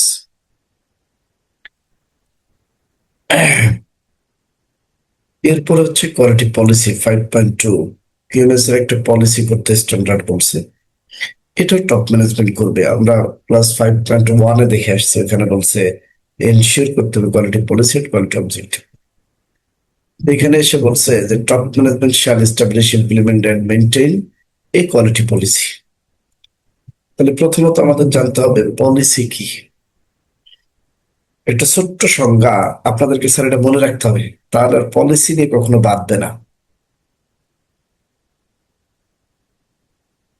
প্রথমত হচ্ছে টপ ম্যানেজমেন্টের intention and direction equal to policy, সংক্ষেপে বলছে। অর্থাৎ একটা পলিসি যখন আপনারা করেন তখন সেই পলিসিটা একটা চিন্তার বহিঃপ্রকাশ হয়। যেমন সাথে কিছু রেফারেন্স থাকে, লয়ার রেফারেন্স, ইনস্ট্রাকশন রেফারেন্স। যেমন আমাদের অফিস টাইম, নির্দিষ্ট যে টাইম আছে, এই অফিস টাইম আমরা বলতেছি অফিস টাইম নিয়ে আমাদের পলিসি করা আছে 8টা থেকে 5টা। এখন আমাদের টপ ম্যানেজমেন্ট বললো আগামী মাস থেকে আমাদের অফিস টাইম করতে হবে 9টা থেকে 6টা। এটা টপ ম্যানেজমেন্টের ইন্টেনশন, দ্যাট মিনস স্যারদের চিন্তা। তাহলে ইন্টেনশন অ্যান্ড ডিরেকশন, এখন ডিরেকশন দিবে এটা কিভাবে করবেন। সাথে সাথে বললো আগে গাড়িতে যারা 8টার সময় উঠতো বা 7টার সময় উঠেছে তাদেরকে 8টায় উঠতে হবে। যারা অফিসে অ্যাটেন্ড করবে, অ্যাটেন্ডেন্স মেশিনটা আগে 8টায় এনশিওর করতো, এখন থাম্বনেলটা বা অ্যাটেন্ডেন্সটা এনশিওর করবে 9টায়। গাড়িগুলো যাবে এই টাইমে, নামাজের টাইমে এটা থাকবে, অর্থাৎ টোটাল পার্টটা কিন্তু একটা চেঞ্জ আসতেছে। তাহলে স্যারের চিন্তা ভাবনা হচ্ছে ইন্টেনশন, আর স্যার সেই ইন্টেনশনটাকে কিভাবে এক্সিকিউট করতে হবে সেই গাইডলাইনটা দিচ্ছে, এটা হচ্ছে ডিরেকশন। এই দুইটা মিলে যখন আপনি কাজ করবেন তখন সেটা হয়ে যাবে একটা পলিসি। কোয়ালিটি পলিসিটা কি, এখন আসি। কোয়ালিটি পলিসিটা হচ্ছে অ্যাজ পার স্ট্যান্ডার্ড অনুযায়ী আপনার প্রতিষ্ঠানের টপ ম্যানেজমেন্টের কমিটমেন্টটা হচ্ছে এই জায়গাটাতে এসে কোয়ালিটি পলিসি, টপ ম্যানেজমেন্টের কমিটমেন্ট। সো টপ ম্যানেজমেন্ট তার লিডারশিপটা ম্যানেজমেন্টের কোয়ালিটিকে এনশিওর করার জন্য not only product, departmental function, sourcing, others সমস্ত পার্ট নিয়ে, ব্র্যান্ডিং হতে পারে, পার্সেজিং হতে পারে, সমস্ত পার্টটাতে ম্যানেজমেন্ট প্রতিষ্ঠানের পক্ষ থেকে যে কমিটমেন্টটা দিবে এটাই হচ্ছে কোয়ালিটি পলিসি। সো কোয়ালিটি পলিসির এই কমিটমেন্টটা দেওয়ার ক্ষেত্রে যখন আপনাদের কাজ হচ্ছে যখন পলিসি তৈরি করবেন, প্রথমত আপনার প্রতিষ্ঠানের নেম এবং প্রসেসটাকে উল্লেখ করতে হবে। এটা দিয়ে বোঝাচ্ছে পলিসিটাকে আইডেন্টিফাই করা, এটা কোন প্রতিষ্ঠানের পলিসি। XYZ একটা প্রতিষ্ঠান, তাহলে এটা কি তৈরি করে, 100% export oriented need garments. XYZ একটা প্রতিষ্ঠান যারা ফার্মাসিউটিক্যালস প্রোডাক্ট তৈরি করে, প্লাস্টিক প্রোডাক্ট তৈরি করে, ফুড প্রোডাক্ট তৈরি করে। সো যাই দিক না কেন, তাদের যারা কমিটমেন্ট দিচ্ছে সেই প্রতিষ্ঠানের নাম এবং তাদের প্রসেসটা উল্লেখ করতে হবে। এবং কাস্টমার স্যাটিসফ্যাকশন বা কাস্টমারের কাজের প্রায়োরিটির পার্টটা এখানে কমিটমেন্টে দিতে হবে। আমরা যেমন ইন জেনারেল বলে থাকি, আমাদের যারা কাস্টমার আছে তাদের রিকোয়ারমেন্টটাকে সর্বোচ্চ প্রায়োরিটি দিয়ে তাদের স্যাটিসফ্যাকশন লেভেলটাকে আমরা কভার করার চেষ্টা করি। তো এই যে একটা কাস্টমার নিয়ে আমাদের কমিটমেন্টটা দেওয়া, this is quality policy. Second part হচ্ছে যে আমরা আমাদের প্রতিষ্ঠানটাকে পরিচালনার জন্য বাংলাদেশ সরকার কর্তৃক যে নির্ধারিত বিধিবিধান বা আইন আছে সেটা মেনে চলি, সাথে সাথে আমাদের যারা কাস্টমার আছে তাদের রিকোয়ারমেন্টটাকে আমরা ফুলফিল করি। তার মানে এটা আমরা কমিটমেন্টটা দিচ্ছে আমাদের প্রতিষ্ঠান থেকে যে এটা ইললিগাল কোনো প্রতিষ্ঠান না। যদি এই পার্টটা থাকে তাহলে একটু হলেও আপনার কাস্টমার স্যাটিসফ্যাকশন থাকবে না, এই প্রতিষ্ঠানটা লিগ্যালিটি আছে। তৃতীয়ত হচ্ছে কন্টিনিউয়াল আমরা ইমপ্রুভমেন্ট করি, অর্থাৎ আপনি যদি একটা কাজ আমাদেরকে দেন, আমাদের নির্দিষ্ট সিস্টেমের বাইরে যে আমরা কাজ করব আপনার স্যাটিসফ্যাকশনের জন্য, এটা বোঝানো হয় যে আমরা কন্টিনিউয়ালি আমাদের সিস্টেমটাকে ইমপ্রুভমেন্ট করে থাকি। অনেকে ভাবতে পারে এই কাজটা ওরা কি করতে পারবে, ওদের কি সিস্টেম আছে। কথা বললে তারা যদি বলে যে আমরা সিস্টেম ইমপ্রুভমেন্ট করি, সেই কথাটাই এখানে আগে বলে দিচ্ছি কোয়ালিটি পলিসিতে। পলিসিটাকে মাঝে মাঝে আমরা নির্দিষ্ট সময় রিভিউ করি এবং এটাকে কমিউনিকেট করি। আমরা এই পলিসির মাধ্যমে কমিটমেন্টটা দিচ্ছি যে অবজেক্টিভটা যে সেট করি আমরা প্রতিষ্ঠানে, অবজেক্টিভটাকে আমরা অ্যাচিভমেন্ট লেভেলে নিয়ে যাই বা অবজেক্টিভ অ্যাচিভ করে থাকি। এই পলিসিটা করার পরে এটাকে সবাইকে বোঝাই, it's will be communicated and understood. আমরা সবাইকে বুঝাই এবং সবার কাছে এটা রাখি। লাস্ট ওয়ান, আমরা এটাকে সমস্ত জায়গাতে অ্যাভেলেবেল করি, it's will be available for interested parties, এই কথাটা বলা আছে। দ্যাট মিনস হচ্ছে আমাদের ফ্যাক্টরি বা অপারেশনের ভিতরে, অফিসের ভিতরে পয়েন্ট অফ ভিউ এরিয়াতে আমরা এটাকে অ্যাভেলেবেল রাখি। যেমন এমডি স্যারের রুম, চেয়ারম্যান স্যারের রুম, জিএম স্যারের room, production floor, training room, inspection room সমস্ত জায়গাতে আমরা অ্যাভেলেবেল রাখি। আমাদের কাস্টমারের জন্য আমরা এটাকে অ্যাভেলেবেল রাখি। আমরা আমাদের ওয়েবসাইটে রাখতেছি, বিভিন্ন জায়গাতে মেইল দিতেছি, আমাদের ফ্যাক্টরির বাইরে এটাকে একটু বড় করে বা ছোট করে যে কোনো ভাবে হোক আমরা সামনে রাখি। বড় করে রাখলে কি হয়, মানুষ পড়তে পারে, বুঝতে পারে যে আসলে তেনারা এই কাজটি করতেছে, ভ্যালুটা পাওয়া যায়। সো এই জায়গাটার থেকে লার্নিংটা হচ্ছে আপনারা কোয়ালিটি পলিসি করে এটাকে সবাইকে জানাবেন।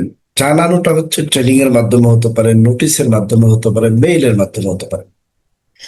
কারণ এটা টপ ম্যানেজমেন্টের কমিটমেন্ট। এটা যদি আমরা সবাই না জানি, না বুঝি, ইম্পর্টেন্স এটা যদি না থাকে, তাহলে এটাকে আমরা এক্সিকিউট করতে পারবো না।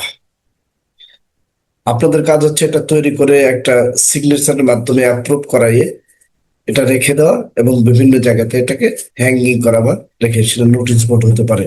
অনেকে আছে আমি দেখেছি অডিট করতে যে তারা ফ্রেমে বন্দি করেছেন, ফ্রেমে সুন্দর করে রেখে দিয়েছে, যেমন বিভিন্ন লাইসেন্স বা সার্টিফিকেট রাখা হয়, ঠিক কোয়ালিটি পলিসিটাকে ওইভাবে তারা রেখে দিয়েছে। রিসেন্ট একটা ফ্যাক্টরিতে অডিট করেছি, তারা এটাকে বড় করে রেখে দিয়েছে। আমি আরেকটা ফ্যাক্টরিতে দেখেছি, অডিট করেছিলাম 1 বছর, পরবর্তী বছর অডিট করতে যে দেখছি, সার্ভেলেন্স অডিটে গেছি, দেখি যে আমার থেকে আরো হাইট 6 ফিট করে সার্টিফিকেট দুইটা প্রিন্ট করে এনে তারা এখানে টাকা দিচ্ছে এবং পলিসিটা করে রেখেছে। একটা মানুষ চাইলে সেখানে সেলফি তুলতে পারতেছে, যারা এটার মর্ম বুঝে বা যার ভালো লাগে থাকে। বাট রাখতে হবে, এটা ম্যান্ডেটরি, আপনি যেভাবে রাখেন, কারণ এটা টপ ম্যানেজমেন্টের কমিটমেন্ট। এই কমিটমেন্টটাকেই মূলত আমরা ফলো করবো, এটাকে আমরা অ্যাচিভ করতে চাই।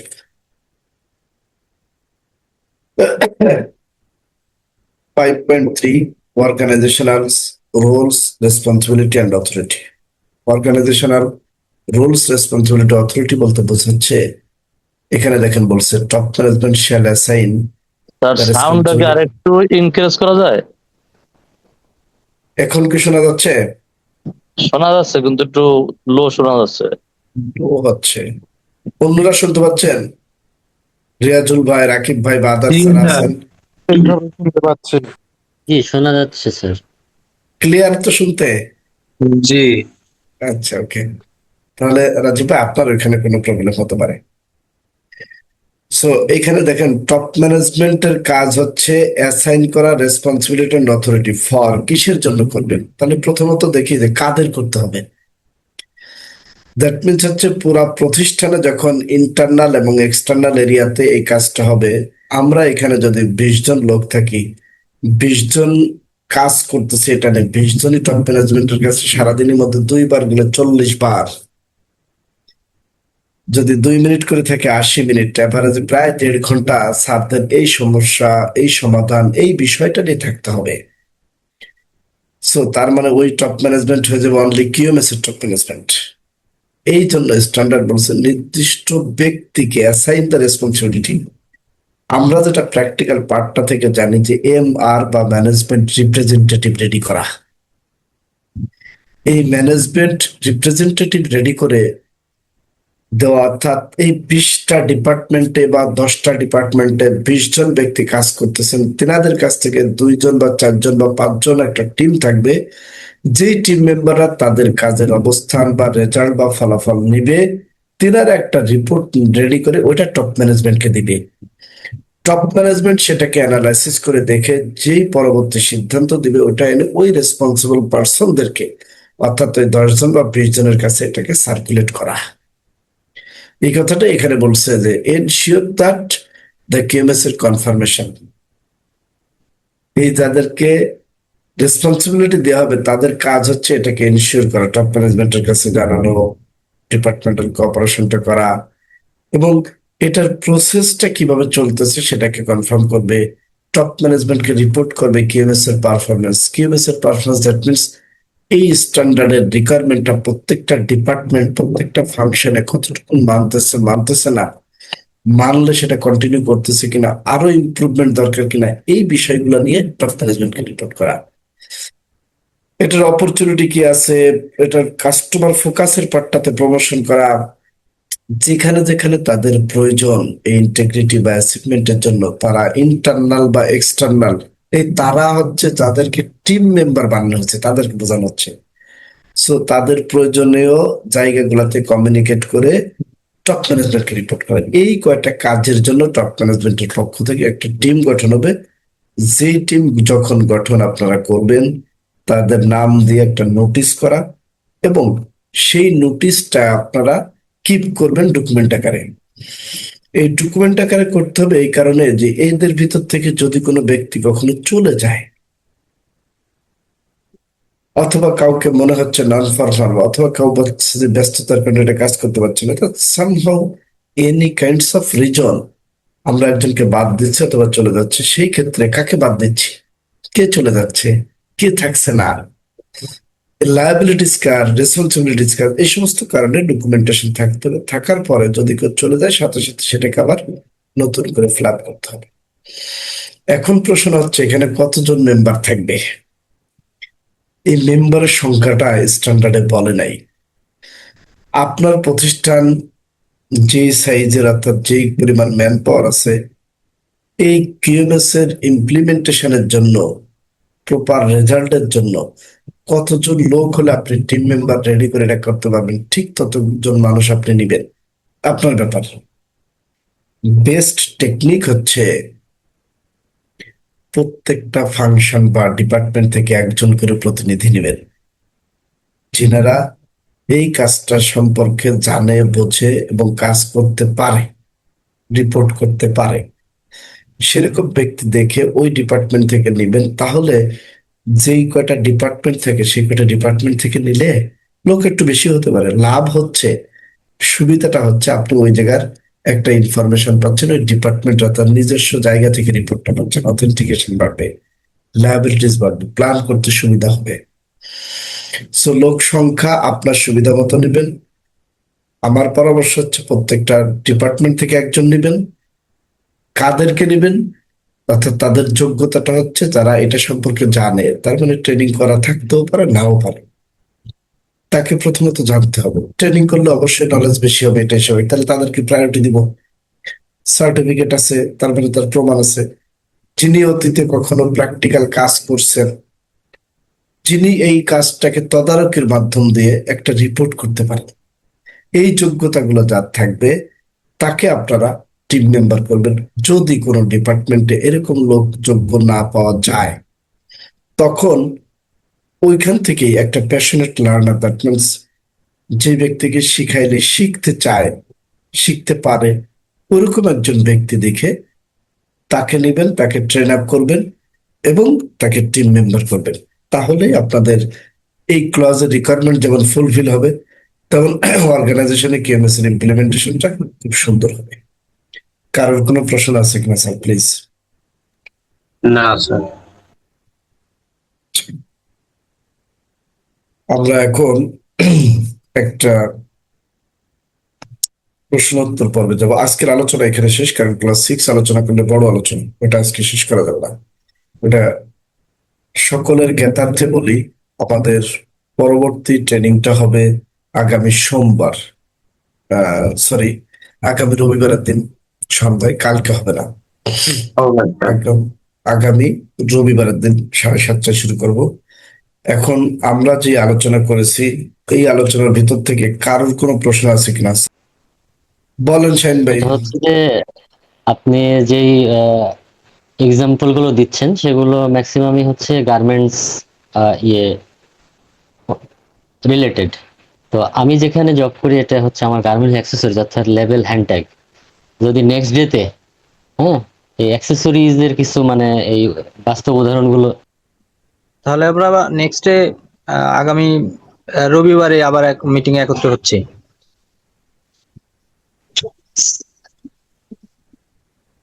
রাইট?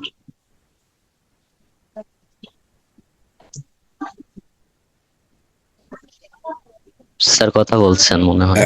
শাহিন ভাই যেটা বলছেন, অর্থাৎ আমার এক্সাম্পল গুলা অন্যান্য পার্ট থেকেও আসা ভালো, অর্গানাইজেশনাল পার্ট থেকে। যেটা হয়েছে কি, আমি সাধারণত ট্রেনিং এ আসার আগে যারা রেজিস্ট্রেশন করে তাদের ব্যাকগ্রাউন্ডটা দেখে আসি, যাতে এই প্রশ্নটার সম্মুখীন না হইতে। এটা আমার একটা প্র্যাকটিস। এটা আবার একটা মিস্টেক। রিজনটা হচ্ছে যে আমি সারাটা দিন অন্য অন্য জায়গাতে অন্য অন্য পার্টটাতে থেকে মানে আপনাদের এখানে ট্রেনিং করানোর মনে হয় 10 মিনিট আগে ঢুকছি। আহ, আবার অন্য অন্য জায়গাতে আজকে আর একটা ক্লাস ছিল, একটা ইউনিভার্সিটিতে একটা ক্লাস নিয়েছি লম্বা সময় ধরে। এই জন্য আমি অ্যানালাইসিস করার সুযোগ পাইনি শাহিন ভাই। তারপর আমি চেষ্টা করি সবসময় প্রবলেম ভ্যারাইটিস নেই কথা স্যার, বলতে। আপনি এক্সাম্পল জাস্ট আমাদের বোঝার জন্য যে কোনো অর্গানাইজেশনই হতে পারে, জাস্ট আমি এটা আমার আপনি ওপিনিয়নটা আপনাকে বললাম। হ্যাঁ, এটা বেটার, আমার এটা উচিত। তো আজকে না, নেক্সট ডেতে যেহেতু আমাদের আরেকটা ইনশাল্লাহ অপশন হবে, থাকছে। ইনশাল্লাহ। আপনি হ্যাঁ, কোথায় আছেন, তো কোথায় জব করেন? আমি চেক পয়েন্টে জব স্যার করি। আমি একটু কিছু কথা বলতে চাইছিলাম। আমি তো পুরো হ্যাঁ, ক্লাসটা পাই নাই, আমি একটু ছিলাম, অফলাইনে ছিলাম। আমি এই ভিডিও গুলো কিভাবে পাইতে পারি? ইউটিউব চ্যানেল আছে বনির একাডেমি নাম, আমার একটা ফটো দেওয়া আছে। জি ওই জি। জায়গাটাতে খুঁজলে আপনি এই ট্রেনিং এর কয়েকটা ভিডিও পেয়ে যাবেন। ও, আচ্ছা ঠিক আছে। মনির একাডেমি নাম, দেখবেন আমার একটা ফটো দিয়ে লোগো লাগানো আছে।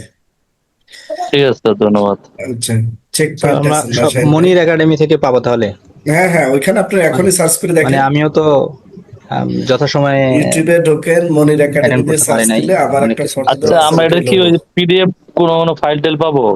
আপনারা সার্টিফিকেট পাবেন, স্ট্যান্ডার্ড পাবেন, এই প্রেজেন্টেশনটা সরাসরি পেয়ে যাবেন।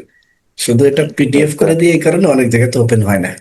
এই জি, আচ্ছা আরো যদি কোনো কিছু আগে বলবেন ভাই, যত নলেজ শেয়ার করবে তত আমার লাভ, আমার লস। আমি একটা কথা বলতে চাচ্ছিলাম। জি মেহেদি ভাই। তবে আমরা যে সার্টিফিকেটটা পাবো, এটা কি হার্ড কপি পাওয়ার কোনো সুযোগ আছে? অবশ্যই আপনি আসবেন, চা খাবেন, খাওয়াই যাবেন, নিয়ে যাবেন, নাম্বার ওয়ান। নাম্বার টু হচ্ছে আপনি যদি না আসতে পারেন অ্যাড্রেস দিবেন, আমরা হার্ড কপি কুরিয়ার করবো। তবে জি যেটা স্যার। হয় কুরিয়ার করলে জি অনেক সময় আসলে ওদের তো যত্ন কতটুকু হয় আমরা তো বুঝতেছি। তো ওরা বুঝতে সেটাকে পারছি। অনেক সময় ভেঙে ফেলে, অনেক সময় মুচড়ায় ভেঙে যায়, ফেলে ভাঁজ দিচ্ছে। হয়ে যায়। এটা মানে আপনি অফিসে আসলেন, নিয়ে নিজে গেলেন, গিয়ে আদারওয়াইজ নিজে আমরা গিয়ে নিয়ে পাঠাই দিই। আসলে ভালো। স্যার আরেকটা আমার কিউরি ছিল, সেটা হচ্ছে যদি আর কি বলা যাবে কিনা এখানে আসলে বলেন। আহ যে স্যার আমাদের সার্টিফিকেটটা যদি আমরা লিড করি, লিড অডিটরের ক্ষেত্রে, তো এটা আসলে অন্য অন্য ফ্যাক্টরির ক্ষেত্রে কতটুকু আর কি মানে স্যার কার্যকর হবে আর কি, মানে প্রথম কথা কতটুকু হচ্ছে, ওরা এটা গ্রান্টেড হ্যাঁ দিবে? হ্যাঁ আমি ক্লিয়ার। আমি জি প্রতি স্যার। মাসে লিড অডিটর কোর্স করাই। এই মাসে জি ঈদের স্যার, পর হ্যাঁ আমি গত যাই, মাস হ্যাঁ জি। সময় পাইনি ভাই, আগের মাসে আছে। এখন লিড অডিটর কোর্সের প্রথমত হচ্ছে আপনার যে সার্টিফিকেটটা, জি স্যার। সারা ওয়ার্ল্ডে এটার দাম আছে, মানে সহজ বাংলা ভাষায় যদি বলি। জি স্যার। নাম্বার টু হচ্ছে আপনি যখন ওই কোর্সটা করবেন 5 দিনের কোর্স, তার মানে নলেজ, আমি যেটা এখানে কোয়ালিটি পলিসি বলছি 10 মিনিটে, ওইখানে বলতে হবে 30 মিনিটে। জি স্যার। আপনার ওই সার্টিফিকেটটা দেখলে যে কোনো জবের ক্ষেত্রে বা যে কোনো নলেজের ক্ষেত্রে, যে কোনো ফ্যাক্টরির ক্ষেত্রে আপনাকে প্রায়োরিটি দিতে বাধ্য। অডিটর যখন আসবে, যখন বুঝতে- দেখবে যে এই লোকটা লিড অডিটর করা, তখন আপনাকে পাশে ডেকে বসাবে, ভাই বসেন, আপনিও তো জানেন এই এনসিটা এরকম হয়েছে। তখন আবার নিতে না জানলে কিন্তু লজ্জা পেতে হয়, বাট অনেকে জানে। সো এটার ভ্যালু অনেক অনেক বেশি মেহেদি ভাই। শাহিন ভাই, চেক পয়েন্ট নারায়ণগঞ্জ জিপি যেটা, আমি আছি গাজীপুর ইউনিটে। গাজীপুর রিলেটেড। আমি এক সময় নারায়ণগঞ্জ, যে ওই সময় একটা দাদা ছিল, সুন্দর করে ভুলে দিয়েছি নামটা, আমি 14, 15, 16 3 বছর অডিট করছি, চেক পয়েন্ট ট্রেনিং আচ্ছা আচ্ছা। করাইছি নারায়ণগঞ্জে। দাদা হচ্ছে এইচআরে না, উনি অনেক অপারেশনাল কর্মচারী। পার্টটা, অপারেশনাল পার্টটা তো ছিল আর কি হ্যাঁ, নারায়ণগঞ্জে। অনেক মোটা কর্মচারী মেবি আপনি যাকে বলছেন। মোটা করে উনি একটা এখন মানুষ নেই, ছিল। চলে গেছে। আরো অনেকের সাথে ওখানে, বেশ মানে কয়েক আমি তিন বছর হলো উনি বছর চলে গেছে। ট্রেনিং করাইছি, অডিট করছি, অনেক কাজ করছি চেক পয়েন্টে নারায়ণগঞ্জে। যখন এসে 8000 করলো, যে কোটার সাথে আমার অনেক ইনভলভমেন্ট ছিল এক সময়। হুম। আর আচ্ছা কারোর আচ্ছা কোনো আচ্ছা। প্রশ্ন আছে আনোয়ার ভাই? না স্যার, আজকে আর স্যার কোনো একটা কথা বিষয় নেই। জানার ছিল স্যার। জি, স্যার আপনাদের কি এরকম কোনো হোয়াটসঅ্যাপ গ্রুপ আছে যাতে পরবর্তীতে গিয়ে আপনাদের কোনো কার্যক্রম বা কোনো কিছু আমাদের সম্পর্কে আমরা জানতে এমএসসিটি পারি? ট্রেনিং 1, 2, 3 তিনটা গ্রুপ আছে। এখানে কেউ আছেন কিনা আমি জানি না। ওই জায়গাটাতে স্যার আমরা আপনাদেরকে নাই, আমরা নাই আগামীকালকে আমি apply আছি। আগামীকালকে অ্যাড হয়ে যাবেন। রিয়াজুল ভাই তো আছে না? জি, ইনশাআল্লাহ। আমি হলো আইএসও 40001 এর আচ্ছা 2026। আচ্ছা, আমাদের গ্রুপ আছে, ওই গ্রুপে অ্যাড করে নিবে, কালকেই অ্যাড করে নিবে আপনাদেরকে। Thank you sir, thank you. Others কোনো প্রশ্ন আছে কারোর?